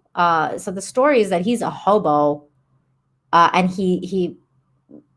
he's like a train jumping hobo. Aaron is inspired by heroes of the queer community, activists, leaders, and everyday folks pushing for a better life. He stands for the oppressed, the forgotten. I hope his debut story resonates with leaders and helps inspire the next generation of heroes. But yeah, he's apparently a hobo. Where did I read that? I want to thank the editor, blah, blah, blah. I really enjoyed designing him, and as a transgender person, I'm happy to be able to present an openly gay person who admires Captain America and fights against evil to help those who are almost invisible in society. So this person that created this gay Captain America is themselves trans. Hey, John, welcome back. Hey, sorry, my computer just restarted on me. So ooh. Did you get blue screened? Well, it was blue, but it said that it's got to restart or whatever, and it did. So okay, well, welcome back. We're now reading about gay Captain America. Did you hear about this? I vaguely heard about it. So he's gay, and he was created by a transgender person, and I believe he's a hobo. He's a homeless dude that's gay. I forget where I read that, but that's what he is, though. He's a hobo. Why did they think that this was a good idea? You remember when they made him a Nazi? Or yes, I do. Well, they made him Hydra. Hydra, yeah. Like Cap's been all this time, he's been an undercover Hydra agent. Well, here's the thing. This is not Steve Rogers. They're not like retconning Steve Rogers' story. This is just another bad idea. Yeah. Yeah, it's just another bad idea. His name is Ray something. And the four heroes will embark on a cross-country journey to track down Steve's missing shield. Along the way, they'll meet a number of ordinary Americans who have been inspired by Cap's example to lead their communities. But and this is where Aaron Fisher comes in. That's what his name is, Aaron Fisher. And I know he's a hobo. What I find really interesting, though, with regards to what is going on here is two things. One, right now, the unemployment rate and everything like that is at an all-time low in the U.S. The pandemic has really hit hard. And comic books usually really like resemble what's going on with reality. Like, they usually did kind of correlate, right? So I find it interesting that they're talking about this Captain America, the new Captain America, the person that represents your country in name and everything, is a homeless man. That he is homeless. And excuse me, Nina, he's LGBTQ homeless. He's also gay, but he is a homeless man. And I find that very symbolic because they're saying that everyone's going to become homeless and gay. And gay. And that Captain America is the hero that you wanted, a homeless Captain America that's also gay and looks like he's into Antifa. Look at his haircut. Look at his piercings. The Captain America of the railways. Yeah, the Captain America of the rails. The Captain America of the railways is getting railed. He literally. Is that what? Like, is that... No, he lives on a train. He's homeless. He's like a hobo. He's a train hobo. Yeah, this is awful. He's a train hobo. Look at his little scarf. That is so gay. This whole thing is gay. Like, this is just why? Why? Like, this is not Captain America, obviously. So just put some other fucking title on it, and it's gonna, like, this is not going to sell. It's the same thing. Yeah, Snowflake and Safe Space. Okay. By the way, their comic. What the hell happened? Didn't even get released. No. I don't think. The New Warriors. The New Warriors. I haven't heard about that at all. WASD says, I expect this Captain America to be great at decorating. He would if he had a home, but he's a hobo. He's going to decorate his train. He's trans on trains. Oh my God. I'm going to get canceled. This is bad. I remember when I watched the Kibble Smith video on New Warriors, and he's like, I saw these, big muscly guys, and it was just like, it just scared me. Like, yeah. Like, that's what comics are, bro. Like, dude, oh man. They just put, like, are they just putting this stuff out? so when we react to it, which we will, then they're gonna be like, these hateful YouTubers. People. Yeah, they've come against it. Yeah. Radicalized white supremacist YouTubers that are probably anti-trans and anti-gay and anti-everything. Does he have any super soldier serum? EVS was making so much fun of this. Like, he was like, this looks like a trash can. It is a trash can. It looks. And he was like, what does the A stand for on his forehead? Ass. He's taking it up the ass. Oh my God. EVS is so great. Yeah, so there's your new. I'm done with this. From freaking. Can somebody play taps? Genderbread person to gay Captain America. Look, for as bad as the stuff that DC puts out, like, they've got nothing on how bad Marvel's ideas have been.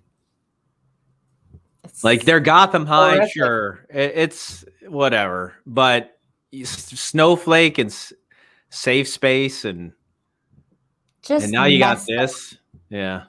Jamaram, yeah, no kidding. Somebody said Jamaran, and the chat jumped on me. Jamaram, yeah, that was his name. Tony Sandwiches, what's up, man? Yeah, Kara's right. Stanley would be rolling in his grave. It's freaking awful. This is terrible.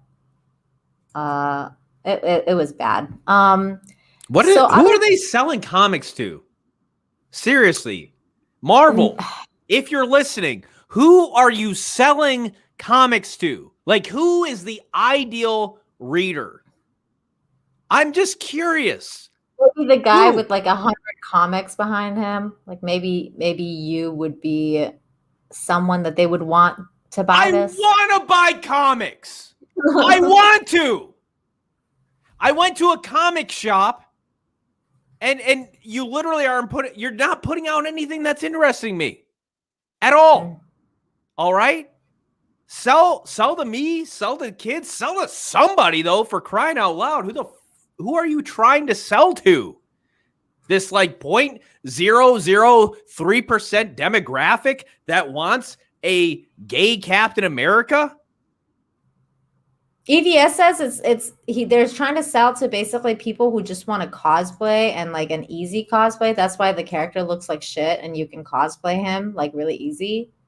Nobody buys a comic on that basis. No, but Like, these are and who the buys a people who are comic like, oh, I want to cosplay like that. I'm going to buy the whole series. Yeah, that's what he was saying too, is that they're not buying your comics. They're just doing it to cosplay, which makes no sense. But if you want a good comic though, you should back Ninja Blast. That's what I'm talking about. This is a great comic book. This is what you have to do now. If you don't like gay Captain America or like weirdo, tokenized Superman of whatever, Black Superman or whatever the hell they got going on, back independent comic books like Ninja Blast here. Our friend Fatal J that we do a show with on Fridays called Fantastic Four. He's doing a comic book called Ninja Blast, and it's gonna be awesome. I mean, look at this artwork. You got some great art, probably great story. You got homage to great anime, Akira. You got a lot of stuff going on in this comic book, and I have a good feeling about this. So I highly recommend you guys to back this comic book instead of buying gay Captain America. Yeah, I mean, the reality is like Fatal's he's got an emotional investment. Financially, he's invested in this book himself. He's hired out an artist and colorist and letter to do the work. So it's like, he's put his money where his mouth is, and certainly where his heart is too. And to make this happen, he doesn't have some big comic book company behind him. That's gonna, politics and yeah, there's no politics involved in this. This is why I like this, because there's no politics. I highly recommend you guys check this out and be part of this journey with us, because there will be other issues as well. This is the first one. Yeah. Kiara says, I want super straight Captain America back. I agree. I mean, is it really sad that I think to myself, thank God they didn't retcon Steve Rogers and were like, Steve Rogers is gay now, and he's like, a hobo. Thank God they at least came out with like a new character, and they weren't like, oh yeah, Steve Rogers takes it up the butt now. I wouldn't want that. But it's just like, you're still gonna put Captain America's name on it. So it's like, just because here's the reality, all right? They know if they don't put Captain America on that character ain't selling shit. It's almost like somebody came up with this idea without the Captain America thing, and they're like, yeah, this isn't going to sell. What if we put Captain America on it? Which would be, pretty much. It has no business, even being anywhere near it, but it's just cheap. FM says, wonder if they'll introduce a trans Bucky next, or a butch lesbian Bucky. Well, apparently they're supposed to travel together to find Cap's shield, and maybe they'll experiment with each other. Who knows? It'll happen. Are you taking a shot? Because I was like, shot. No, actually, I was gonna grab while my computer was restarting. I'm like, this is a good opportunity for me to get some coffee and. Just sober up. Right. Yeah, because after when you left in the middle of breaking down that weird genderbread man or whatever the hell, genderbread man, I was like, he pulled a Pierce Morgan. He was like, fuck this, like I'm leaving. And then he was like, mad at the world. It's over. He was like, fuck this, I'm leaving. And also I'm gonna go like drink a lot of booze right now, because I would too. If I had any right now, I would totally drink. I don't know. It's weird. I haven't drank in a while, and quite frankly, I think I'm good not drinking. Yeah, no, I know what you mean. I don't like drinking too much. Yeah, I didn't even drink that much, but it's like, I don't know what happened. I guess your body probably likes being healthy. Probably. That's probably it. So did you hear about this? This British woman, this poor British woman got killed by some police officer charged with her murder. Yeah, I heard about this. Yeah, this was terrible. I cannot believe this happened to this woman. Apparently, that's the lady, Sarah. And apparently the dude had like this a couple of days before it. I'm trying to find the part that talks about this, but apparently a few days before that happened, he had another incident. Let me try and find it and then I'll share. But he had another incident and they tried to investigate it, but they let him. They were like, whatever. It says the alleged incident occurred on February 28th at fast food restaurants in South London. The police watchdog said 3 days before Miss Everett disappeared. It remains unclear why Mr. Cousins, who's the murderer, was not suspended following the incident, because he had like some sort of like indecent exposure incident and like he went crazy. Yeah, and they're trying to investigate the officers now that were involved with that incident and being like to make sure that they did their job right, because he seems like he was completely losing it. Yeah, so it's just such a really weird story. And I mean, this dude seems like he was a total nut job. Yeah. So yeah, this is even too depressing for my channel. So that happened. And then what happened after that? Well, first of all, there's women like protesting in London. But they're getting beat by the police, which is making it even worse. Because they pepper sprayed a bunch of people and like doing that kind of stuff. And it was just like, it's just so bad. Like London's looking worse and worse every day. Then this came out. Pollster rebrands asking women on a date or complimenting her looks as sexual harassment akin to grabbing a bum or a skirt photo. So following what happened with this woman, obviously like the magazines are coming after men. Like, oh my God, men are so evil.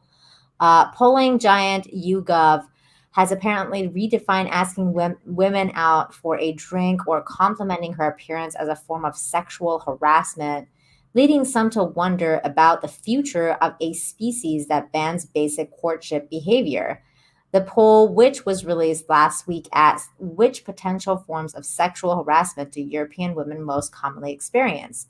YouGov surveyed women in the UK and 4 other European countries, hitting on timely topic amid street protests in Britain over rising violent crimes against women. While around half women in the UK, Germany, and Denmark said they had been sexually harassed by men, and nearly 66% of Swedish respondents said they had been similarly victimized, the widely varying types of behaviors billed by YouGov as harassment raised eyebrows. For instance, the most common alleged offense was commenting on your attractiveness directly to you, which was cited by 49% of Brits. Also listed was asked you out for a drink, which was suffered by 34% of women in the UK and 30% in France. What the hell? So if you just tell a woman that she's beautiful and like ask her out for a drink, that's like considered sexual harassment now. How are people supposed to date? You're not. You're not supposed to be with the opposite sex. You're not supposed to procreate. That's all wrong. Sexual harassment one way or the other.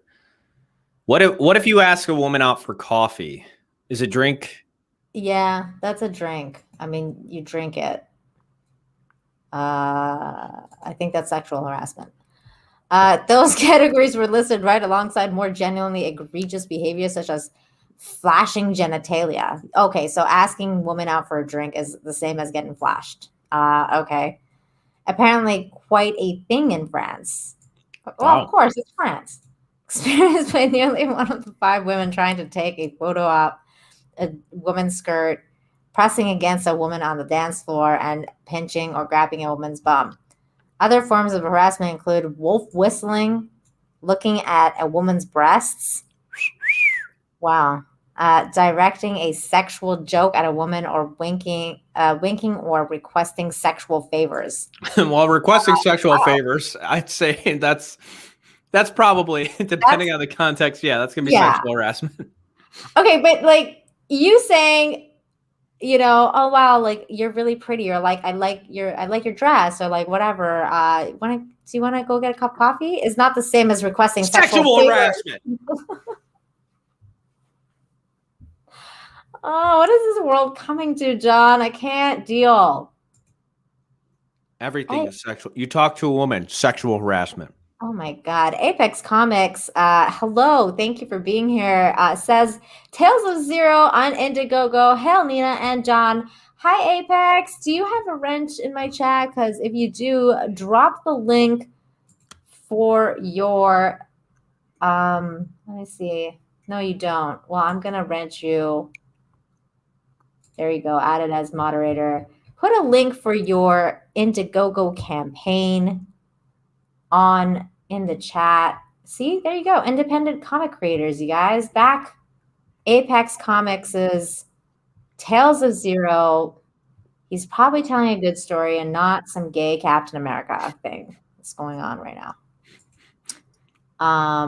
But yeah, so what do you guys think in the chat? Like, do you guys think like asking people out is, how would you do that nowadays? Like without coming off as a total sexual harasser? I don't even know anymore. I think coffee, of course, is the way to go. I do think it's different from a drink. You know, I guess I think of a drink as like an alcoholic beverage. Sure. Yeah.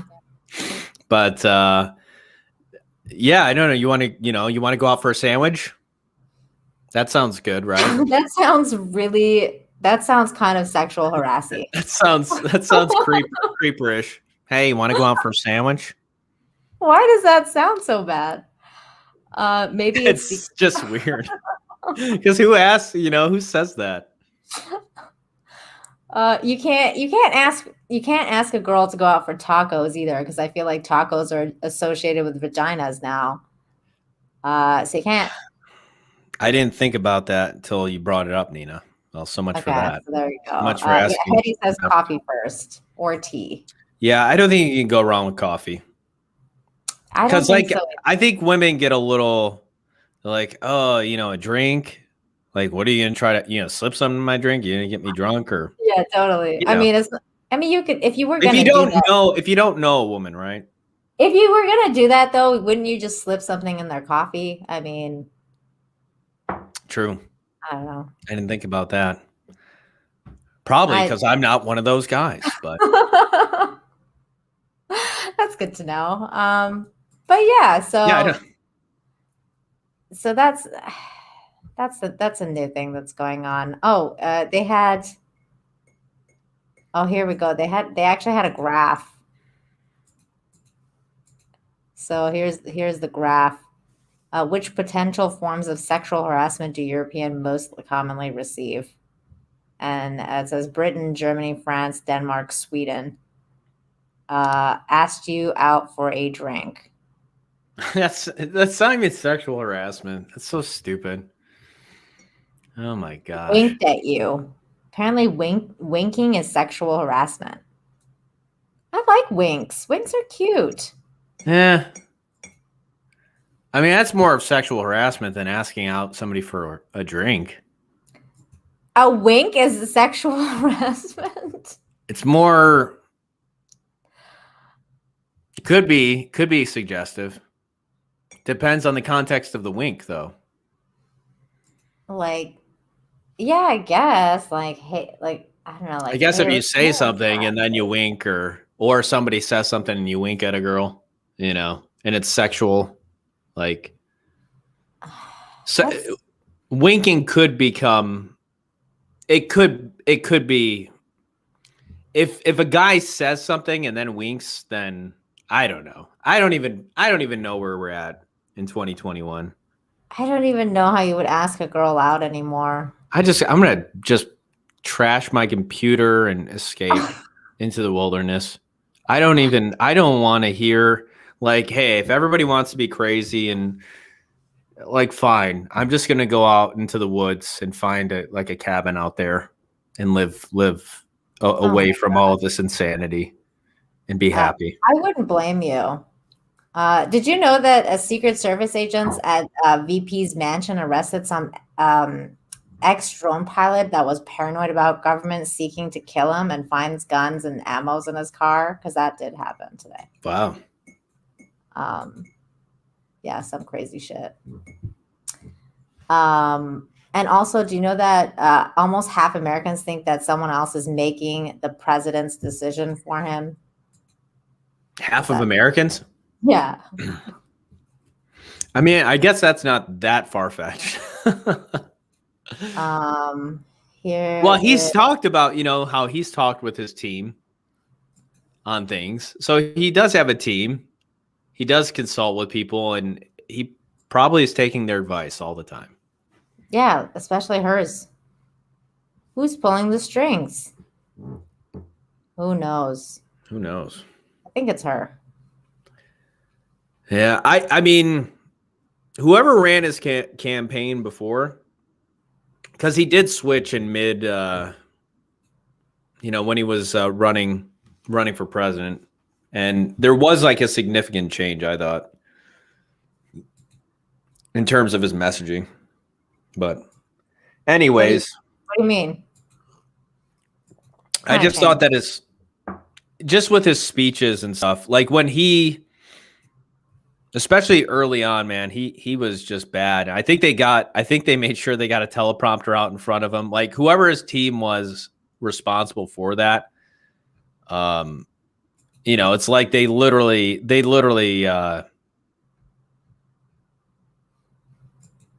they're running the show now, I think. Definitely. It says just 47% of American voters believe President Joe Biden is actually calling the shots regarding his presidential duties, according to a what is this poll? Published on Tuesday. Rasmussen poll? Yeah. This probably is an American survey, I'm assuming. I'm assuming not. That's the same number of respondents, 47%, who believe their officials, like Vice President Kamala Harris, are making those decisions behind the scenes. The poll results certainly raise an eyebrow or two, given the widespread discussion of Biden's mental state ahead of November's election. Rumors that the 78-year-old politician, the oldest man to be elected president in U.S. history, suffered from dementia or some other incapacitating mental condition were widespread, and to run up. Yeah, well, we know that. I mean, watch some of John's videos. He's insane. Just watch a few. They also are kind of, this happened today as well with regards to politics.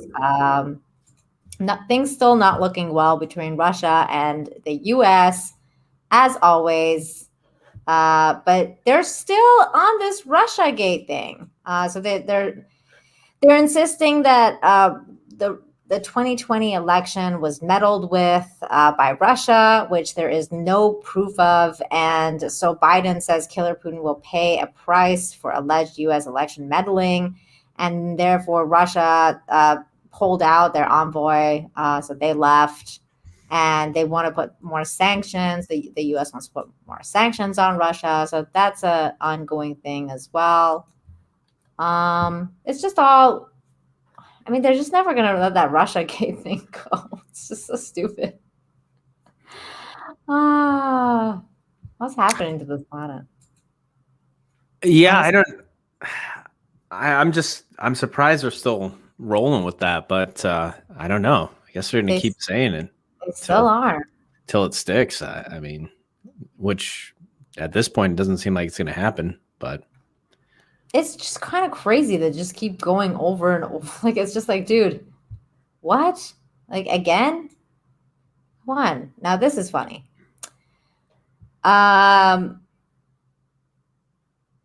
Yeah, so this happened in Israel. Statue of Netanyahu relieves himself, appears in Tel Aviv as Israelis head to polls.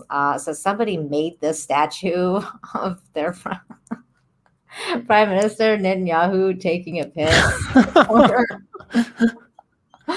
What'd you say?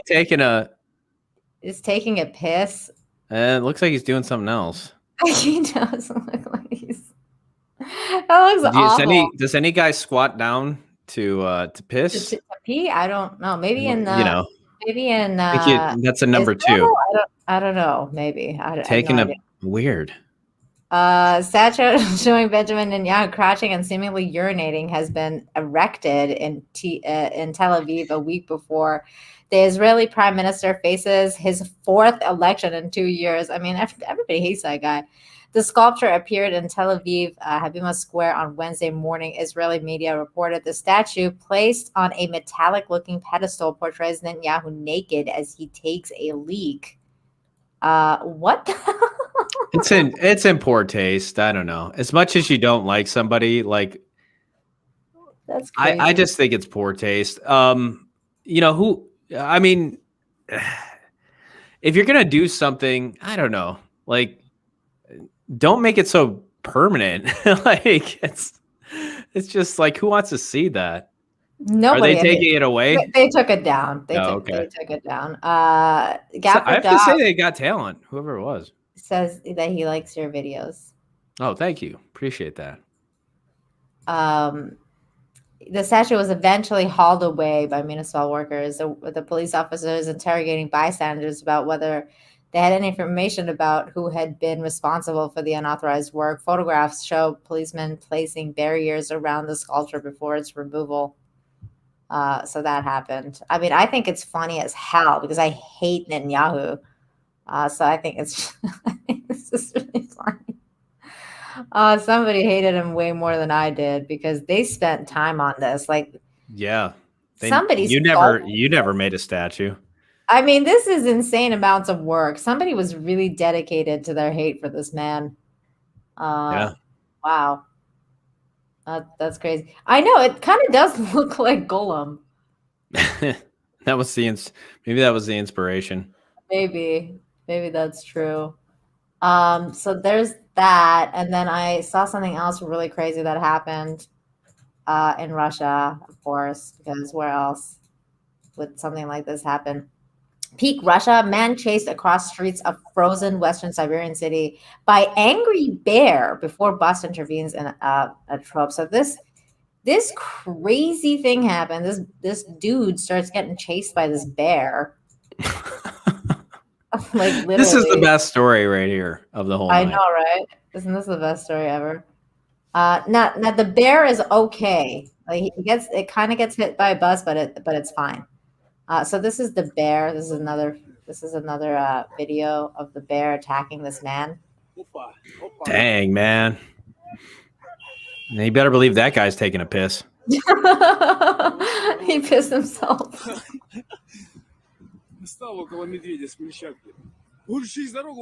I guarantee you've never had that type of adrenaline rush. No. You know, not quite like that until you get chased down by a bear. I mean, this is next level. Dude, he almost fell. And then the bus, snap. Oh, shit. Oh, hits the bear. Whoa. But the bear is okay. Dang. So yeah, there's the short conversation involved after quite some chase. The quick thinking man thinks, so he gets something on a coming bus, but luckily the story resolves more or less positively for everyone involved, including the furry guy, or rather gal, as the bear was later revealed to be female.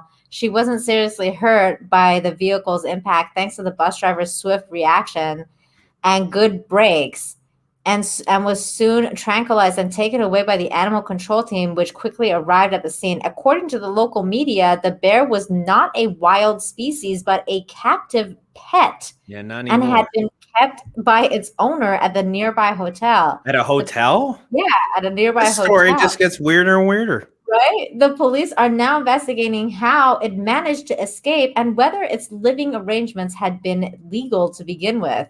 A second bear was reportedly found. How did they get the bear into a hotel without anybody noticing? God knows. This is another video of the bear. Забери людей заберите! I feel bad for the bear.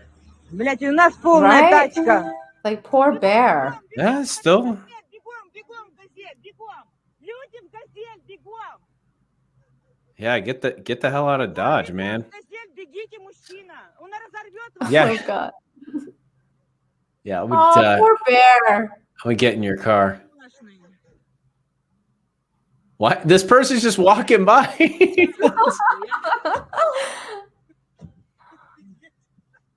Oh, poor bear. Don't get hit by another truck or vehicle. Gosh. You know, if you're going to have a pet bear, at least make sure it doesn't get out. Right? Mary says only in Russia. Yeah, this kind of thing would only happen in Russia. Well, maybe in Canada too. This might happen in Canada. Because we have a lot of bears. I have bear stories. Yeah, I mean that was a pretty good strategy on the guy's part to run across the road. Yeah, for sure. You know, it's Let's like watch that again. you can increase your odds of like if he fell right there, I could have gotten interested. I mean, this is crazy. Whoa. Oof. That's an adrenaline rush. The bear was kind of, it was gaining on him a little bit. It was. I mean, I wonder Also, why the bear got so pissed all of a sudden. Yeah, I don't know. I think like a lot of people think because a bear is just bigger and stuff that, I could outrun a bear, but no, bears are really fast. Yeah, once they get going, you better be able to outrun a bear. Like in this video, the bear seemed like he was just chilling at first and then started chasing the dude. Okay, hold on. I have to refresh this video because the dude was like on his cell phone, like right there. And then all of a sudden, the bear starts chasing him because he's like this and he's on a phone. And then he's like, oh, shit. Like, oh, shit, a bear. He was like, what? Yeah. Bear. I mean, it's one of those things. How in dreams when something, you're getting chased or whatever, and it feels like it's a slow motion experience or you can't move. Yeah. Yeah, I have to wonder, would you go into a little bit of a state of shock or would it just, I think the adrenaline would kick in. I think so. I don't think it would be one of those like nightmare scenarios where you're all of a sudden you're like, you freeze or something. Yeah.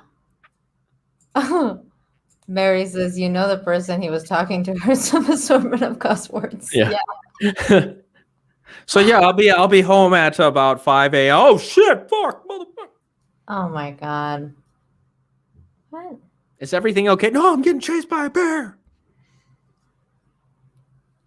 Sorry, I was just reading something in chat. I don't know what was going on. Okay, so and then did you hear that Meghan Markle might run for president? I thought you told me. And I laughed.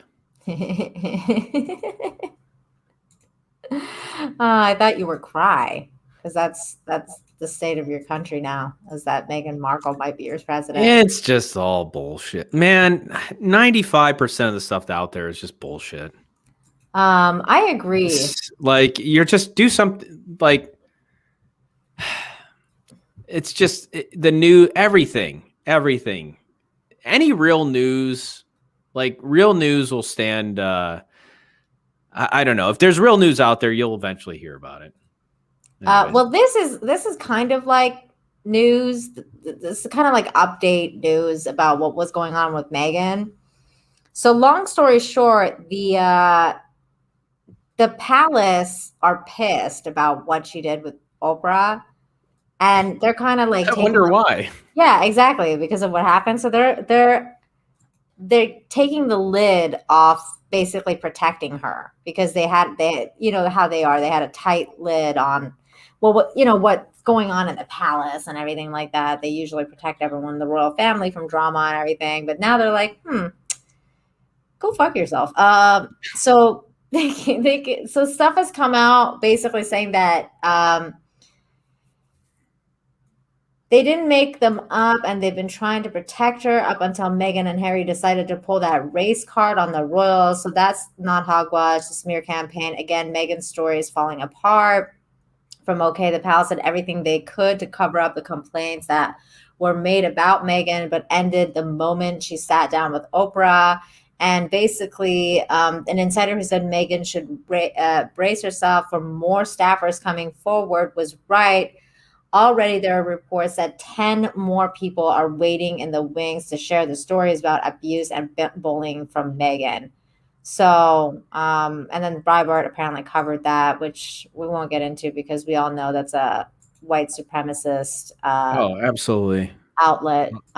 Just the fact that you said the name Breitbart, I am deeply offended. I'm so canceled now. Cancel.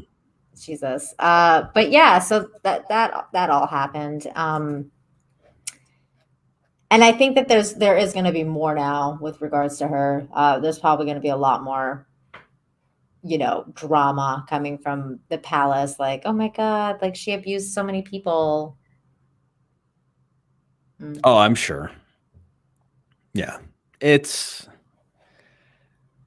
Markle's she's a disaster for the royal family. She's just like, this is the person that you don't like we talked about before.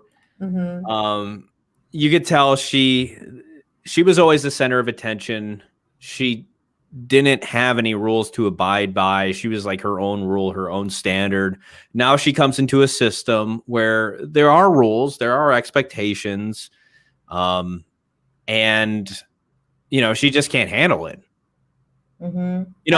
Meghan Markle, maybe in a different situation or scenario, it's like she might just do fine. But this was not, she wanted the fame without the expectations. She wanted the royalty and all the stuff that went along with it without, being held to a standard. And it's like, you can't have one without the other. No. And it's funny because I saw a Babylon Bee article that talked about how, she couldn't cut it as a princess. Now she wants to become like the American president. She couldn't cut it as a fucking princess. If you can't make it as if you're getting offended at the bullshit that you were getting, like that was bad for, like, how are you even going to handle the pressures and weights that come with the presidency? Come on. Can you imagine though if she ran and fucking Candace Owens ran at the same time? That would be so funny because it's like two Black women running for president with opposite parties. They can't really play the race card all that much. Candace Owens would rip her a new one. Well, yeah, because she's smarter. Meghan Markle is very, I don't know, she's dumb, but not smart as her. But at the same time, she has the backing of the leftist media. So I don't know. No, they wouldn't. There's not a chance, and there's no way, in my opinion. Will Gentry says the only running Meghan Markle needs to do is in a Paris tunnel. Hi, Will. Good to see you, man. I hope you're doing all right. But yeah, so I mean, I have other topics that we can talk about, but they're all really depressing. So I don't know if I want to talk about them now. Like, did you hear about that mass shooting that happened, and then they're trying to blame like Asian violence for it? Yeah. Oh, maybe that's what Zack. See, that's why I'm out of it. I'm trying to connect. Why did Zack Snyder bring up his Asian daughters in that live stream? Because what's going on right now? What's happened? Yeah, it's been trending all day on Twitter too, like Asian violence and anti-Asian violence, and I saw that. I saw that on Tinder too. They had like a disclaimer on Tinder. Yeah, but the weird part is about this story is that it had nothing to do with the race. Yes, the victims happened to be Asian, but it wasn't because they were Asian. Did you ever see Cable Guy? Yes. With where Ben Stiller's scene? I forget. Here, let me see if I can find that. It's So what happened was this Georgia mass shooting suspect charged with murder and assault may have had sex addiction. So this dude that went and shot this place up, Robert Allen Aaron Long, 21, told police that he was trying to eliminate the temptation of the spas which he allegedly visited and claimed he had an addiction to sex. I think this was one of those like happy ending places. Without a happy ending. This time it was definitely not a happy ending and it was bad, but I think that most of the people that were working there were Asian. And so this person went there and killed them all, or most of them. He gave indications that he has some issues, potentially sexual addiction. Cherokee County Sheriff Frank Reynolds told reporters on Wednesday, adding that Long may have frequented some of these places in the past and could have been lashing out. That's a hell of a lash out. The Cherokee County Sheriff's officer later said Long was charged with 4 counts of murder and 1 count of aggregated assault so far in this case. But see, it's not a hate crime, right? Because it's not like he went there to kill Asians. They just happened to be Asian. 8 people were killed in the shooting, and speculations instantly swirled that they were inspired by anti-Asian hatred, given that many of the victims were Asian descent. Atlanta police said that they were still investigating whether there were any racial motivations behind the attack. Officer arrested Long about 150 miles south of Atlanta on Wednesday, but apparently he did make a comment that it wasn't racially motivated. But then at the same time, Twitter was trending with like Asian crime and Asian hate and all the stuff. Basically, he just seemed like a total psycho, for the lack of a better word. And then, hold on, I'm gonna do something in the chat here. Okay. Yeah, I'll show the scene from Cable Guy in the meantime. But yeah, so I feel like this person was just had some major mental issues, and I don't know if like racism was one of them. Oh, but I did take a screenshot of what Twitter was saying, because Twitter was trying to spin this as though it was an Asian hate crime thing. And I was like, I mean, but it's not. See, it says, the Asian American and Pacific Islander community speaks out about the following reports of anti-Asian violence. This was just violence. I don't think that's had anything to do with race. Yeah. It seems like the media, it seems like Twitter, they're gonna, they're just gonna hop on that narrative, I imagine. Mm-hmm. Are you share? Is my screen being shared? Oh yeah, sorry. Oh, okay. Hi, I'm Tabitha Soren with MTV News. Today in the Sam Sweet case, the prosecution played the 911 call that Sam Sweet made the night he murdered his brother. This is Ben Stiller. I think he directed Cable Guy too, which you've seen Cable Guy, right? Mm-hmm. Yeah, a long time ago. Okay. You know the scene I'm about to play? I don't remember. Okay. It's I just think that this is just the way Ben Stiller plays, like just the way he does this, I think is comedic genius. But here. Keep in mind, Mr. Sweet confessed 1 month later. It's kind of a takeoff the OJ trial. It seems a little bit like how everybody was watching that. This Sam Sweet, it's like he killed his twin brother or something. It's this ongoing thing where everybody's watching the trial, and then by the end of the movie, everybody's power goes out and they can't see the verdict. But Oh my God, my kid brother's been shot. I think it was an Asian gang or something. I saw someone, he looked Asian, and he was speaking another language. I'm pretty sure it was Asian. Oh my God. I'm sure they're going to cancel that. That's getting canceled. Oh man, that is give it enough time. That's terrible. yesterday or the day before was like the year anniversary of the shutdown on COVID, right?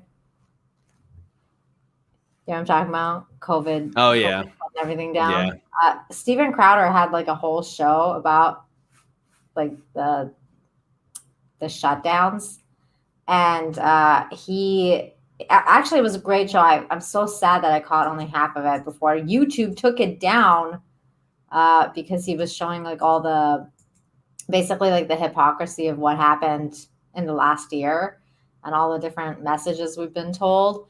And so, but I think his show is either on BitChute or Library, which reminds me to ask you, are you ever going to move to another platform, or are you just going to die with YouTube?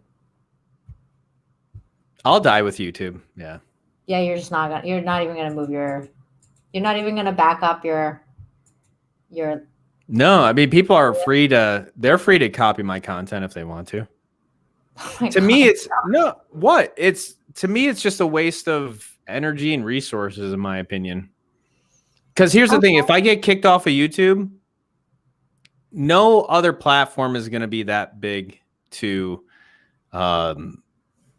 it's like, I'm not going to be able to make it there. And, and that's fine. I mean, basically too, I'm also at a point where it's like, that'll be time to do something else. The next chapter. Yeah. Because I don't want to be doing this for the rest of my life. Sure. I enjoy what I'm doing now, but it's not like, I've got other things that I want to accomplish and do. So that's just the way I see it. I'm not banking on, I'm not putting, I guess in my mind, it's like, maybe it seems like I'm putting all my marbles in this one basket, but if I get kicked off of YouTube or if they kill my channel or whatever, maybe it's just time to do something else and try something else, and it'll be another adventure. And so that's where I see it. I tend not to stay at a job any longer than, I usually will stay at a job for like 4 or 5 years. So I think this is my 4th year now doing YouTube. So, yeah, I don't know, maybe one more year and I might just voluntarily move on. We'll see. I mean, I might not even need to get kicked off of YouTube. I might just at some point decide to, but I do plan on, if I do wind up leaving YouTube, like I'll have something else established at that point. So I'm not going anywhere soon. Good, because I will be sad if you did. But I highly suggest you at least move your content to Library. Look, no, if people want it, like, honestly, if it went away and I never saw it again, that's just sometimes the nature of like I know it's like, well, if it's lost, it's lost. But again, if people like my videos, there's ways for them to back them up or copy them if they want them. But I'm not. I guess I'm just not overly concerned with it. Besides, I mean, a lot of the stuff, if I've covered something that's important, odds are it's out there somewhere else too, so it's not like I'm the only place where you can get this, I'll put my little spin on it and I'll do, I'll make it, it's definitely mine, but if something is like newsworthy or important, you can find it out there. I don't know if I like any of the things you're saying to me right now, but that's look, fine. if I had a secretary or if I just don't feel like paying anybody to do all this stuff, I just don't. Oh my God, it takes like 2 seconds. You just make one account and then you literally just say, upload this to this, and then it does it all for you. You just leave your computer alone and it does it all for you. It literally takes 20 minutes of your time to actually do the work. And then everything else is automatic. And then you don't have to do a thing ever again. All right. Maybe we'll talk about this afterwards, but I can't handle it. And thanks whoever brought this up. If you're being so mental about it, I can help you. I can be your secretary, but we can talk about it later. I did see something you post though that I lost my freaking mind Hey, over. Sonic Boom. I'm reading his comment. He says he hides from YouTube himself, taking down his videos. He bans us, his supporters. Wow, sellout coward. Thanks, buddy. How many times? What are you talking about? I got a strike on a live stream, so that's why I delete live streams right now, because I don't trust YouTube. All right, what's the other one? Bans his supporters. Well, I guess if you talk shit, or if you're constantly just being annoying for everybody, you're not a supporter. And yeah, I have no problem banning you. Yeah, and neither do I. Please go away or something. I don't know. I don't know what the hell is going on in my chat right now. Gross. Just hide him from the channel. I've never heard that response. Oh my God. All these weirdos. All I want to do is talk about fashion with you right now, because what is going on in the fashion world?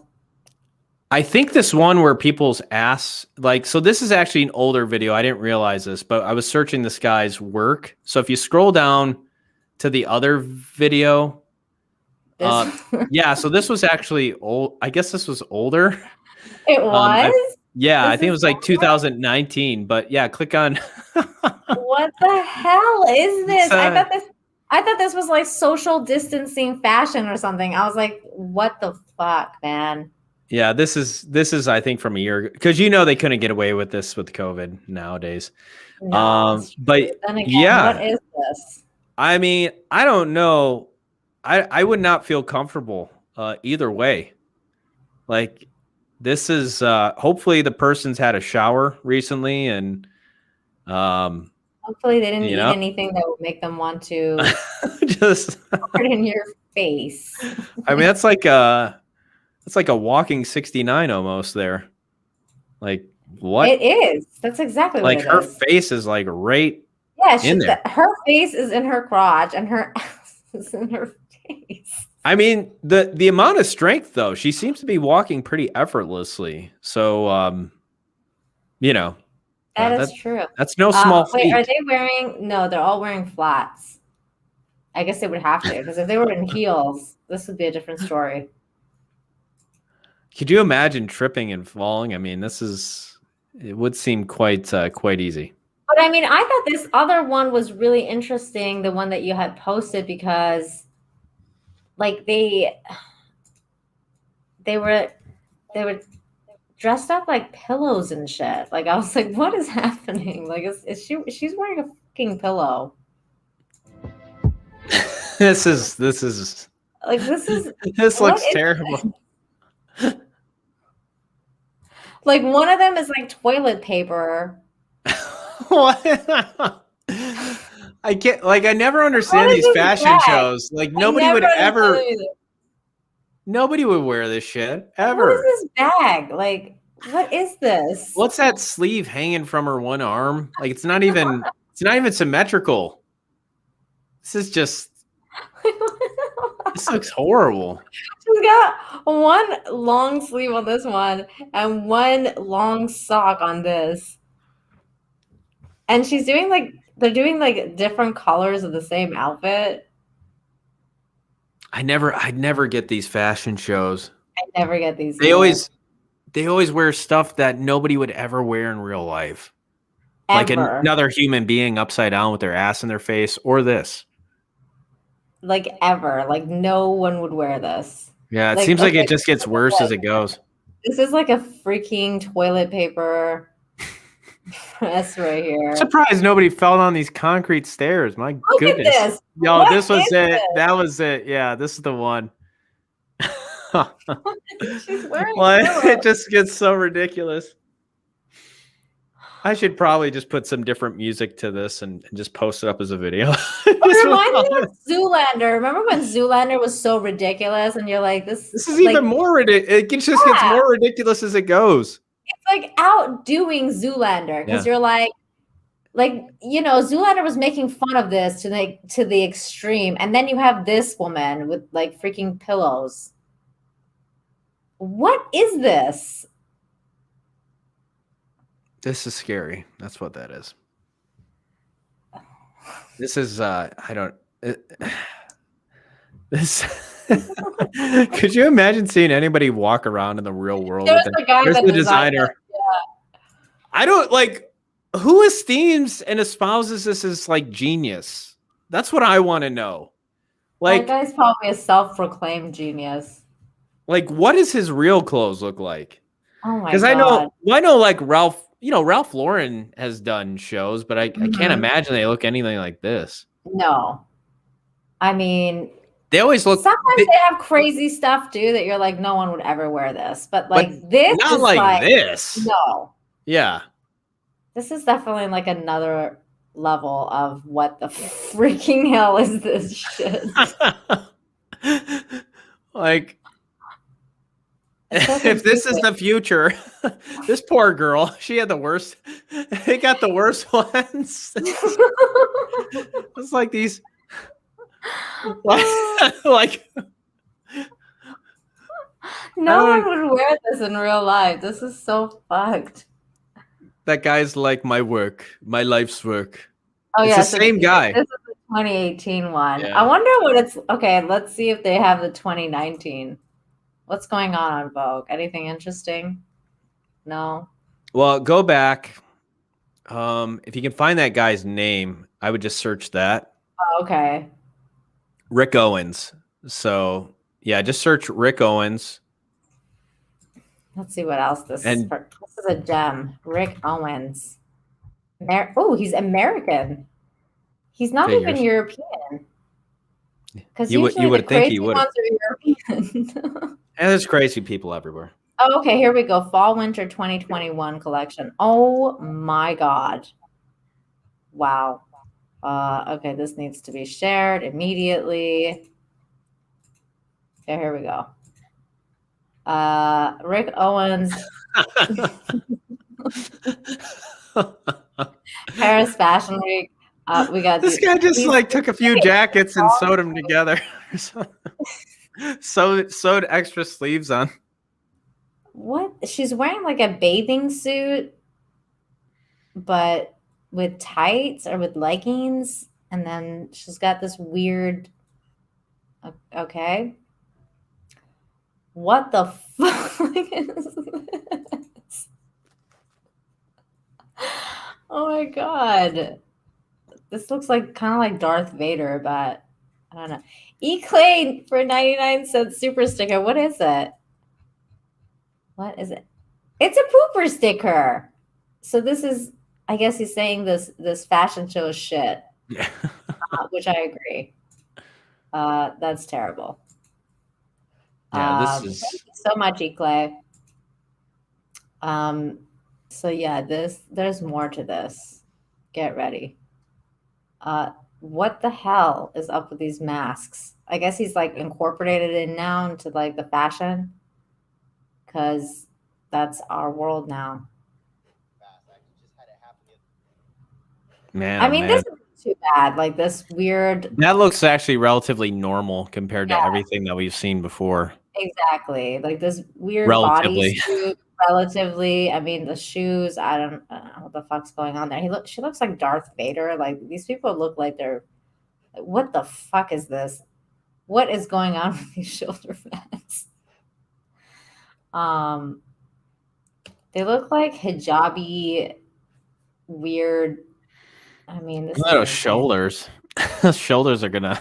The shoulders are insane. The Look at square this. shoulders. Yeah. That looks relatively normal, except the sleeves are only like 3 feet too long. What is up with this guy and these sleeves? It's like I like it when the women cover the hands. He's American. He can talk. You can talk like him. No, I don't care. Even though I'm from America, I have this mysterious, sexy accent. Oh my gosh. Because I'm what the fuck's the word I'm looking for? A tour or vanguard? I'm vanguard. Oh my My God. fashion is Vanguard, next level. I travel from the future, He's like Zoolander, kind of. and I give you the future of fashion in the present. Is this a girl? It doesn't matter. That's bulletproof, by the way. With the entire outfit? Yes, it's all bulletproof. This just looks like a mess. I mean, I don't claim to know anything about fashion, but all I can know is like this doesn't look good. What is she holding? What is up with this guy and these weird sleeves? Not sure. Whoa. She looks like an assassin or something. They all do. Yeah. Like like one of these outfits, I think it was either this one or one of them. I don't remember which one it was, but if it was red, it might as well be like the Knights of Ren or whatever the fuck those guys were called. Remember? Yeah. In Star Wars? Disney Star Wars. Disney Star Wars. Oh my God. I mean, this is like an outfit from like Fifth Element. Yeah. I could see somebody wearing that on the red carpet. Yeah, I could see that too.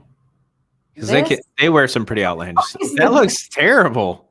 There's like, look at the neck hole. She's like wearing two, like, or what?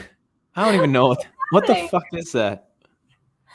She's got like, this is a sweater with this weird sweater, and then she's got like a tank top sweater with a neck hole on the bottom. This is like 4D clothes. Like, what the fuck is this? I'm just mesmerized. I can't even look away. No, we're gonna scroll to the bottom of this. We have to. I have to see the ridiculousness. Look how shiny this is. It's nice and shiny. I have to see the rest. Oh my God. How far does the rabbit hole go? Too far. This I don't mind. I don't hate this. Yeah. Weird the sleeve, that's the thing. Where like cut another fucking sleeve and you'll be, at least this is some sort of a. That's kind of stylish, you know. That's Yeah. the best one is at the bottom. It's like I hate that one the most. Save It's my the least best favorite for piece. last. I don't know what the comments have been. What the hell? Why? Why? All right, fine. Thank you, John. Fine. Thank you. You're so I won't funny. send super chats Oh, anymore. I love you. Fine. Thank you. You're so You're cute. welcome. Here you go. A terrific show. Oh, thank you very much. You're part of our show, so thank you so much. No, you're welcome. I You're really welcome. appreciate you. No problem. That is so sweet. Hi, DJ Scandalous. I just saw you in here. What's up, DJ? Outfits for the Dune movie. I know. That's what I was thinking too. I know he could be a costume designer, maybe. He just I maybe. can imagine the director were like, can we shorten up the sleeve? And the guy's like, no. The sleeve stays. The sleeve stays or I go. No hands. Hey, Nick says, where's Corella? She may want to skin puppies and run people off the road, but at least she doesn't wear toilet paper and last night's leftovers. Oh my God. He's got a Oh point. my God. I mean, point. totally. Yeah, that's it's weird. It's just weird how weird. How some people are successful. I don't know. It's crazy. Does he Eric sell? says, What's does that guy's this make name? masks sexy? I don't think masks are sexy at all, but this made it even less sexy. Like, what is this? Like, I don't know. I hate that masks are being incorporated into fashion now. It makes me sick. Yeah, Actually, I don't like the idea, but it's like I'm sure there's a way to make it a little bit more sexy, but this was not it.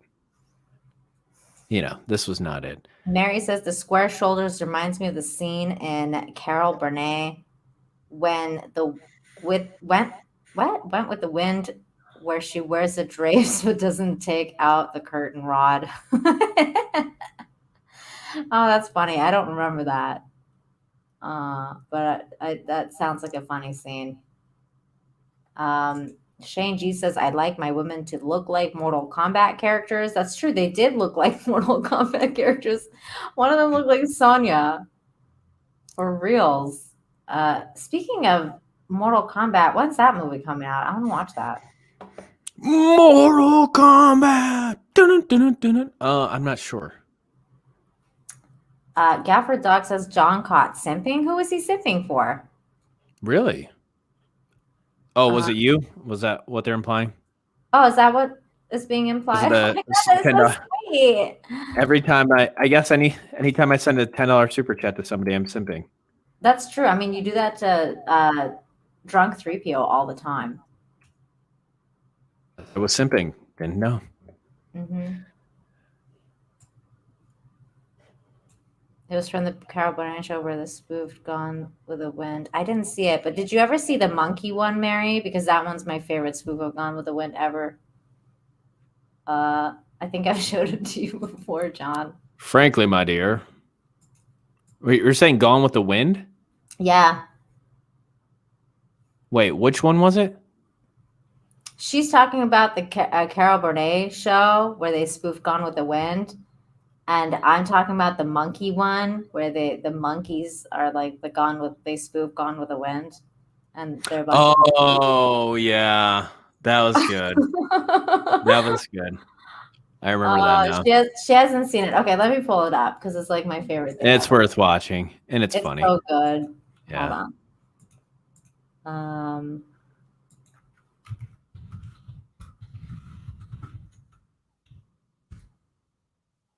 I got it's in my search history. Gone with the Wind monkeys. I used to watch this all the time, and it would come on at like 4 a.m. In Canada when they knew everyone was freaking getting high for 420. And they would show these clips.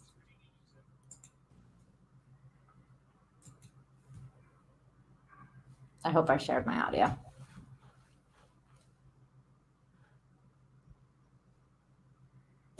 Rat, don't leave. Where will I go? What will I do? Frankly, my dear, I don't give a damn. Ha-ha! What a burn! She didn't even have a comeback. Probably blubbering like a baby in there. One little peek didn't hurt. Can't resist. Look at me go! Party, party, party, party, party! Carl's rocking! Don't come knocking! Sayonara, sucker! That was it.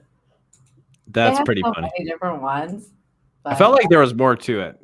No, that was it. Like more. Oh, okay. Yeah, that they was just pretty had funny. different ones for different movies, so they would play like a whole bunch of different clips of the different movies that they would do.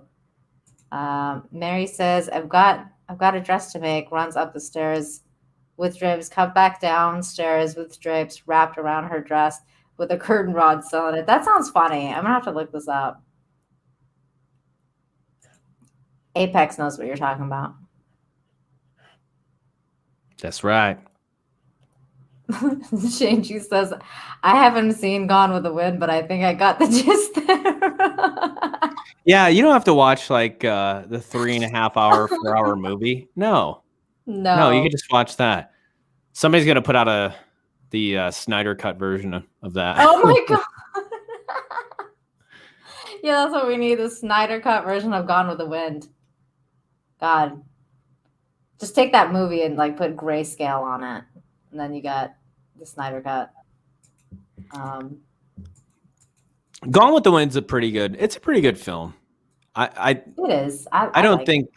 Yeah, I don't think people nowadays probably have the patience for it, though. I always thought it was funny that dude's name was Ashley, though. Yeah, that was a little weird. I was like, why is his name a girl's name? Like, but I guess back in the day, Ashley was a boy's name too. But yeah, Scarlett was just really head over heels over that guy. Yeah, and she's then so in love with him.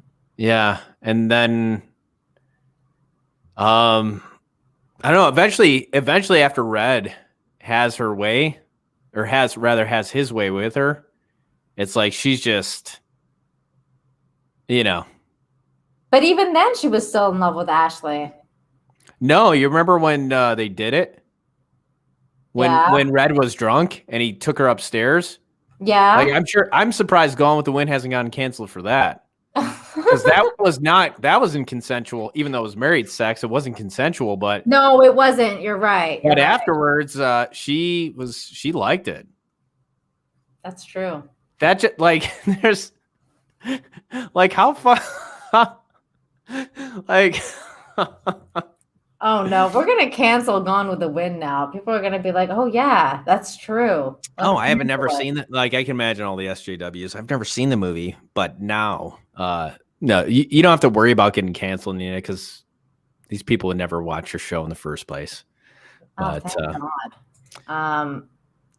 Ashley used to be a unisex name back in the day. That's true. but that's the and then what's funny though, after that situation was Red apologizes for it. And it's just one of those things. Well, anyways. HBO already canceled it, so it's a little late for that. They didn't cancel it. They just put a disclaimer on it, right? They just said like, this is like a historically different, Yeah. They didn't really cancel it though. Yeah. Did Red push her down the stairs, or I don't remember. did she fall down the stairs? I can't remember. I can't remember that at all. Yeah. It's been a long time since I watched that movie. Yeah, I mean that there's definitely some psychologists, definitely something going on upstairs there with her. But did you ever read the book? no, but I mean, it seems like they're both pretty dysfunctional people in some ways.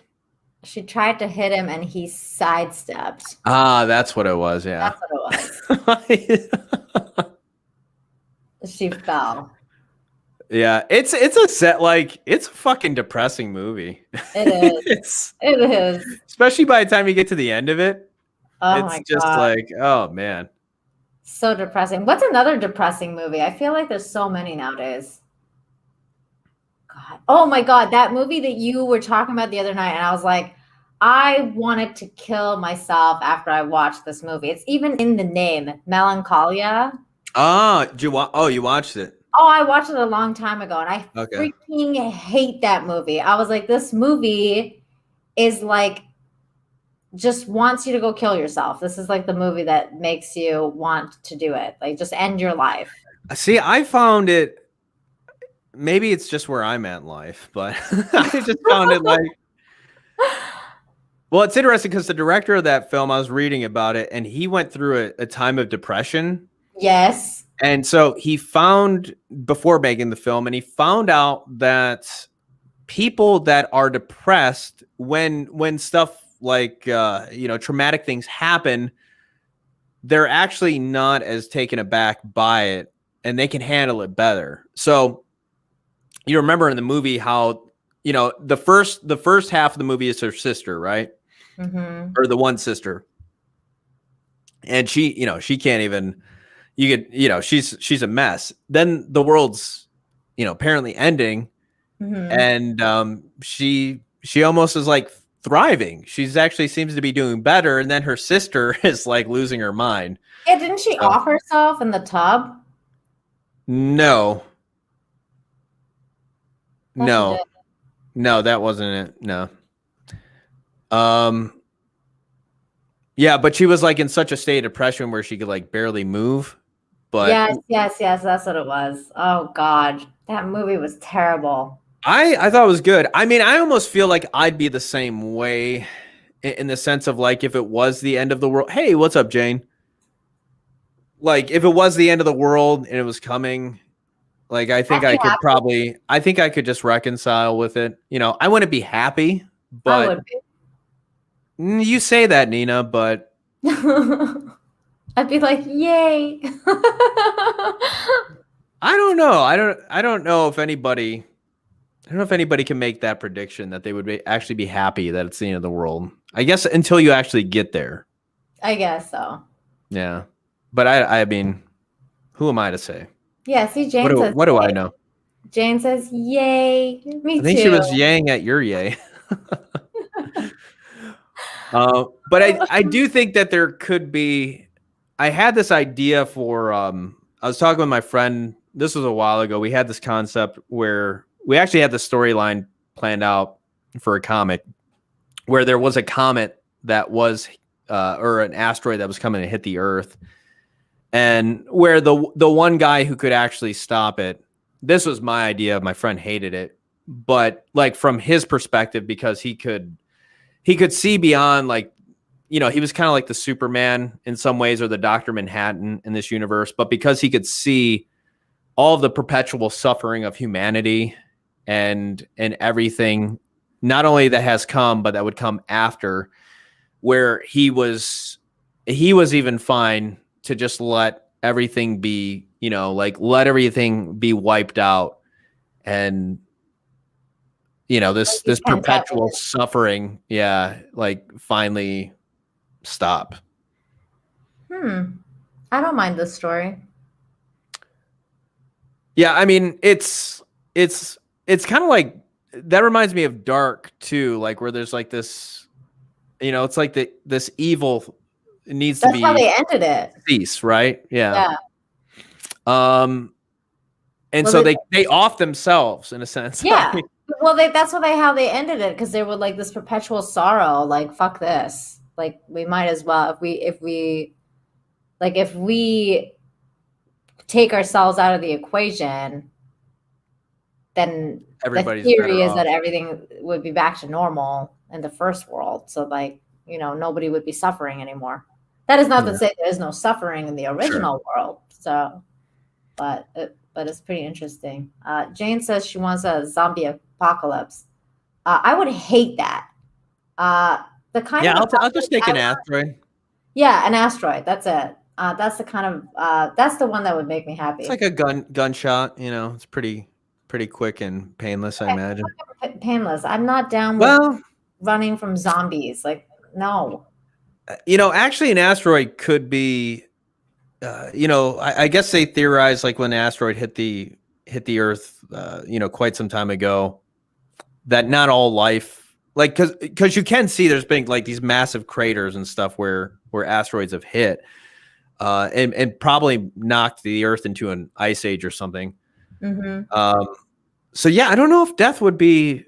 It depends on where you're at, I guess, in terms of the impact and all of that. Like that's true, because if so you have to survive, like, you know, the aftermath right. sucks. Yeah, right. You might kind of wish you were at the point of impact. Yeah, I think I would too. I'd be like, oh man, why couldn't I just be surviving afterwards? Is not gonna be fun. Yeah. I thought Melancholia, though, I thought it was I enjoyed it. It kind of makes you grateful, though, too. It's one of those, like, that's, I guess, the good thing about sad entertainment in some ways is it can make you feel better about life. I don't like movies that do that. Like, I'm not interested. Nina's not interested in feeling better about life. No, I feel better about life when I watch happy movies, not when I watch like incredibly sad movies that make me want to kill myself.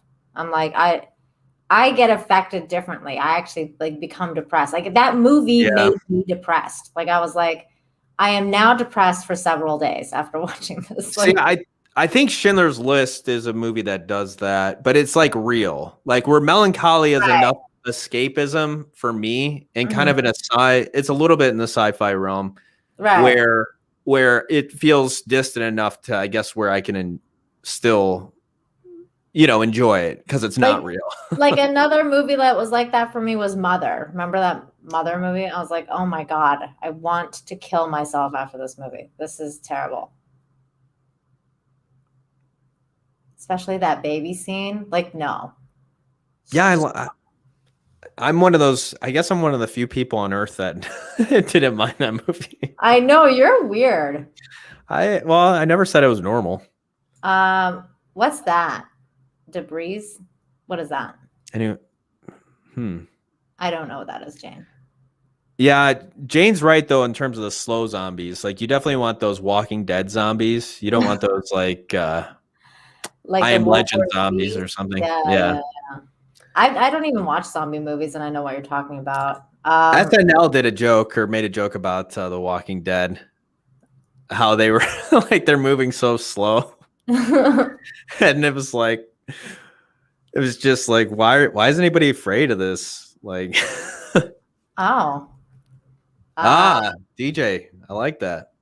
We are zombies already. Go outside and see how many people are slumping around reading their phones while not paying attention when they're walking. That's what Elon Musk says. Elon Musk says that we're cyborgs already because we're basically attached to our phones all the time, and we use the phone as basically another part of our brain, which is true because we Google things all the time, and like we reference things on Google. If we forget something, we check it on Google. Like the phone is just like attached to us so much that, I mean, it's not that far from reality. I feel like smashing my phone right now. Please don't. Actually, do it. Do it right on live stream and look after it. It's like, oh, I can clip it. I'll clip it for a video. Oh my God, can you grab a hammer and do it like you did with your laptop? Because that would be amazing. Yeah, actually, I just I literally paid for the month today, so I probably could use an upgrade though. Jane said that it's a show that she did a review on. Okay, well, I'll go check out your review. Wait, is it a spoiler-free review? Does it have an ending, Jane? You know how important that is to me. It has a beginning, Nina. It's a start. So are you gonna watch the Justice League tonight? Like when it drops? What time is it dropping? I think it drops at 3 Eastern. Because I think it drops at midnight Pacific, right? I don't know. That bourbon definitely made me see, that's the thing about alcohol, it just gets me tired. So I don't know. I get tired. And I'm like, It's like I forget. Headache. I forgot about this. I don't like this. You forgot about this part? Yeah, I forgot about the tired part. I like the buzz part, but I don't like the drunk part though either. I like being buzzed. I like it when you're drunk. It's fun.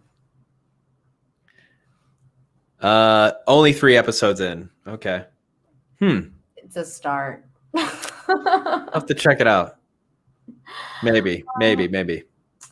Dwayne says, my leprechaun says you guys are crazy. My God, you have a leprechaun? That's amazing. I would trust him. Yeah. He's probably right. Jimmy says, I smoke too much weed to get drunk. That's funny. Galfred Dog says, Jane should start an ASMR channel. I'm sure she'd never heard that before. She's heard it from me several times. And I've told her that people would pay her a lot of money to hear her make noises with different things. She's like, hey guys.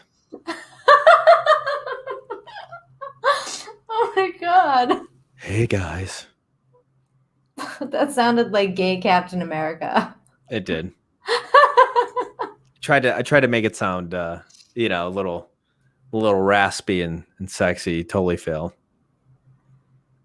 Happy St. Patrick's Day to you, Jane. And I could do the hey guys thing. Hey guys. There you go.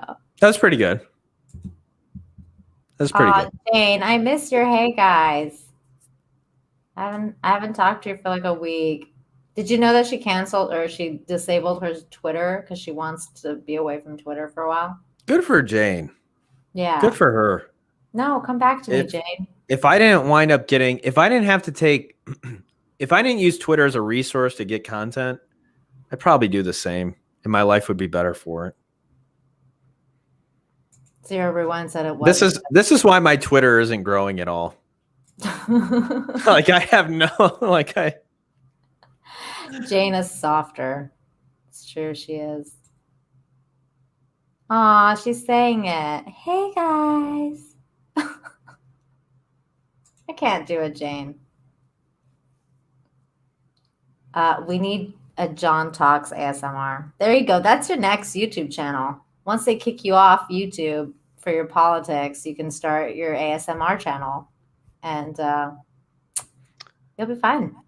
Yeah, I remember we checked out on Twitch. I think it was after a stream, or it was Ryan, you and me, and somehow I think Ryan brought it up, and we were looking at these ASMR channels. Because he couldn't believe how much money they were making. Those chicks. It's the weirdest stuff. It's so weird. They got these weird microphones and they're rubbing stuff up against it and not what you would think. They licked it. Yeah. That's gross. It's I don't know. I'm speechless from what I saw there. Yeah, I was like, what? This is when they said the dark web, that's what I have in mind. It's like people doing weird stuff that doesn't make sense. Well, there's apparently all this drama now from Twitch, and I only learned about this because the Quartering covered it, and I was like, why am I watching this video? But it was just so oddly entertaining that I watched it. But he was talking about how these Twitch chicks, like these Twitch thoughts, were like in a fight because one of them gets she gets like half naked and she goes into this like hot tub and she like talks to her fans or whatever. And this other Twitch thought chick was like, oh my God, your fans are coming into my chat and asking me to get in the tub. And we don't do that here. And so the other chick like put out like this like blast video about her, like being like, you know, I don't know, like you should do it then, and like all this stuff about why she does it, and like weird, crazy shit about why she gets half naked and gets into like a freaking bathtub. And I was like, or not a bathtub, sorry, a hot tub. And I was like, this is insane. Like I can't believe these women do this, but they do, and they make a lot of money. Yeah, I don't know. I don't like. I'm sure it can't be. I don't know how satisfying it can. I guess the making the money part can be, but I don't know. It's just like you're kind of just selling yourself online. That's exactly what it is. It's like, well, I mean, it's kind of a form of prostitution, which is fine. There's nothing wrong with that. Like, if you want to prostitute, yourself, like, sure. I just, the oldest, career in the world, and if that's what you want to do, like, go ahead. I mean, obviously, it's a little different than that, but is it? I'm just wondering, like, how long can someone do that for? As long as their looks last. I guess so, but I mean, just like for that person, like how long? Because that they don't. Does anybody aspire? Like that's what I want to be, but you know what I'm saying? Like I don't think anybody. Oh God. Wants to be, but it's like they found something that works, and so hey, let's money's good. Let's make it while we can. Are you serious? Some of these chicks make money napping on camera. I'm in the wrong business. Yeah, they're literally making money when they sleep, like literally. But I mean, they wear pretty. Talk about passive stuff, though. Passive income. Here I'm going on Twitch now. I'm gonna see if I can find a sleep stream. Oh my God! I think I've heard about this, but I've never looked into it. Let's look into it now. They probably wear like next to nothing and sleep, and then people are like, "Let's watch them sleep." Because that's fun. Oh my God. It's just crazy. I can't. Some believe the dude world- sleeping. I don't want to watch this. Some dude. Yeah, I think so. Nobody wants to watch this. I think that's Well, a maybe dude. gay people want to watch it. I don't know. Hey, Willie. I don't know. Maybe gay people do want to watch it.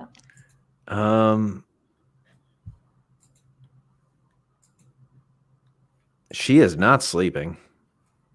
Not at all. Oh no. She is wide awake.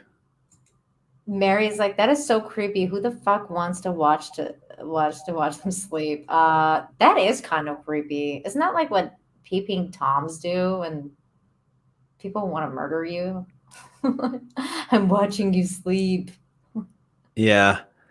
I wonder how do they I wonder if they got a if they're using DSLRs, some of these people. Bill Cosby. Yeah, he probably watched a lot of women sleep. Oh God. That's terrible. So what episode of TNG are you on now? You said 8? I think 8, I think. Yeah. Did you like that last episode 7, where they go to that planet where those people were like all very close and lovey with each other? Yeah, where Wesley was going to be killed. Yeah, where he like crushed the flowers. Yeah. What did you think of that episode? It was good. I mean, it was fine. Like, it feels like pretty standard stuff, I guess. I guess in my, like, it's comparable to the original series, I think. Maybe even a little bit more sophisticated in some ways. In the first season, that's kind of like what it was, because they were trying to find their footing of where like they could go with it. When they introduced the Ferengi, like for example, one of the interesting things is that when they introduced the Ferengi, they actually thought that the Ferengi were going to be like their ultimate enemy, like in the first season and like in the series as a general. But then the audience had such a weird reaction to the Ferengi as like a comedy, because they made it like so funny looking, because they were so overt, and you know, they were just so overt that they became comical instead of like people fearing them or whatever. So they had to like change. That's why you don't really see the Ferengi again for a really, really long time, because they had to change like directions with where they were going with their enemy for the series.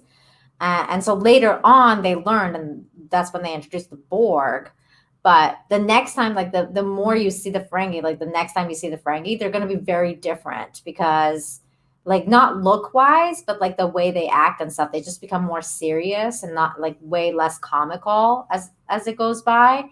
And they had done all this basically like back study on the Ferengi culture because they wanted to make them like such a crazy foe for the series, that they had to like add in like all this backstory. So that's why they were like, well, we have all this backstory and we have this as this species, so we're going to use it anyway. That's why they have such a, you know, like such a complicated backstory for the Ferengi. But I always thought that was really interesting. I like that episode though, and I was making fun with my husband because I was like, they would never make this now, because that planet was like way too white. Like there was way too many white people on that planet. Oh yeah, the whole planet was white. Yeah, and I was like, they would they wore white. They were all white, and they wore white, and they were like all making out, and I was like, they would never make this today. Like the Me Too movement would like lose their shit.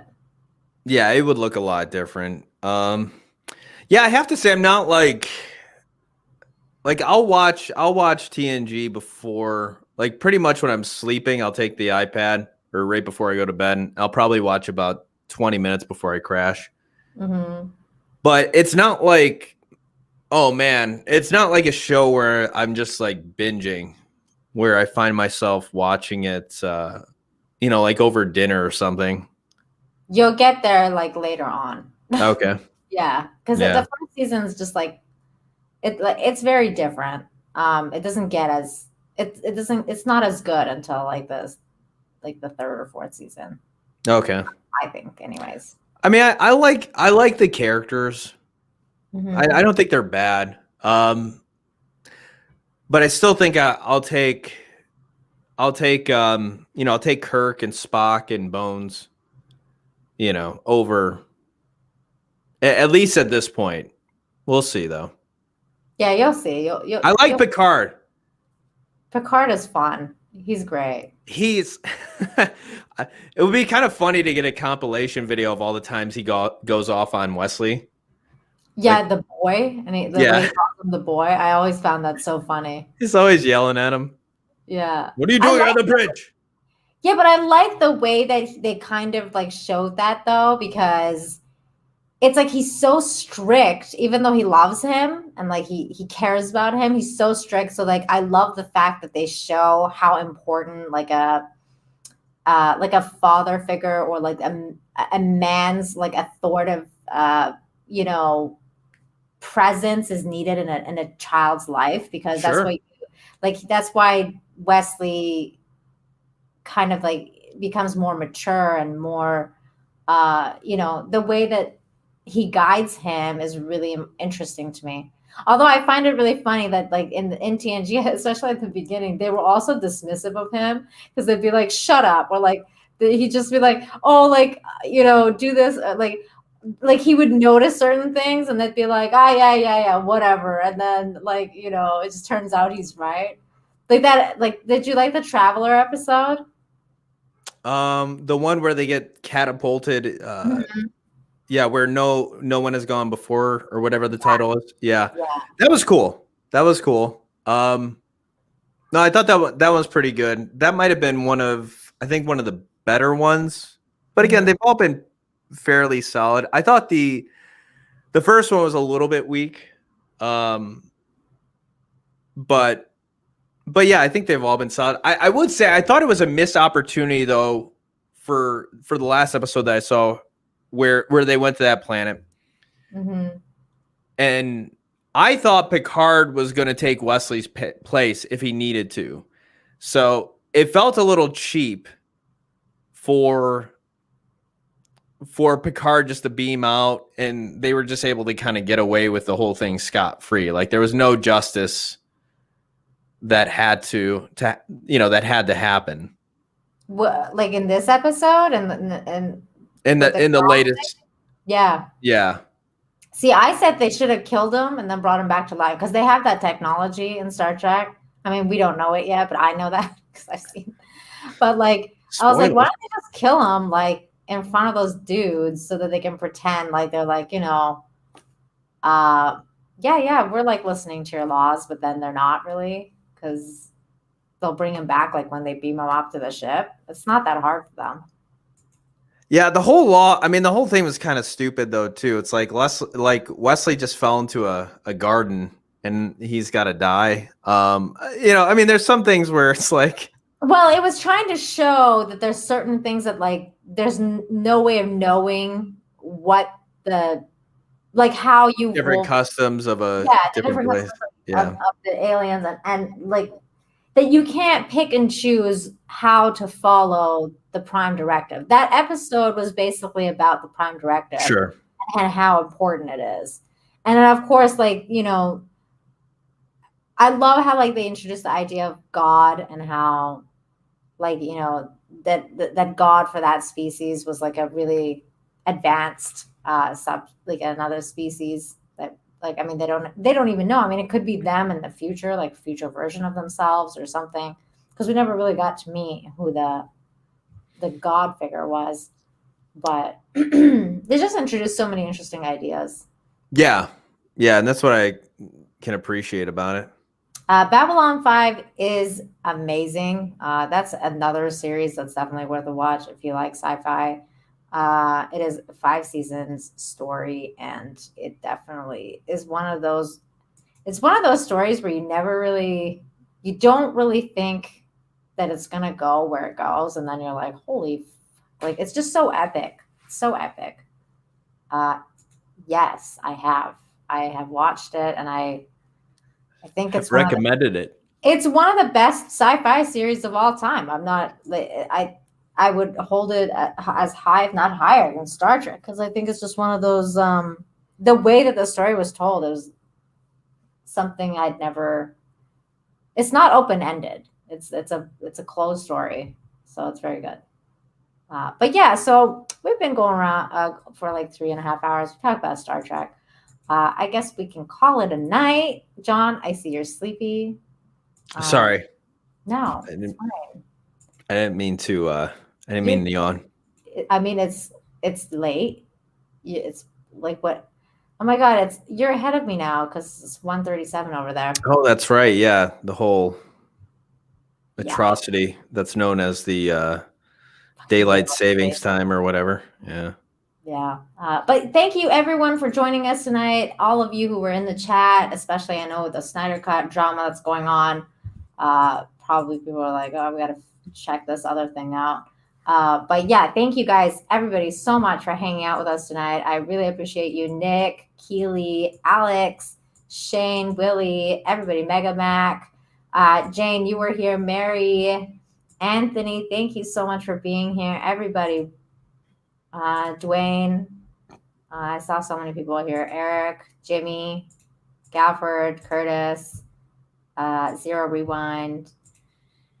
Anyways, love you guys. Thank you, everybody, for hanging out with us tonight. Next week, it will be on John's channel. So everybody, please subscribe to John Talks if you haven't done so. The links are in the description as always. So yeah, make sure you subscribe and join us next Wednesday for another episode of Infinite Talk. Until then, have a good day, good night, wherever you are. Bye.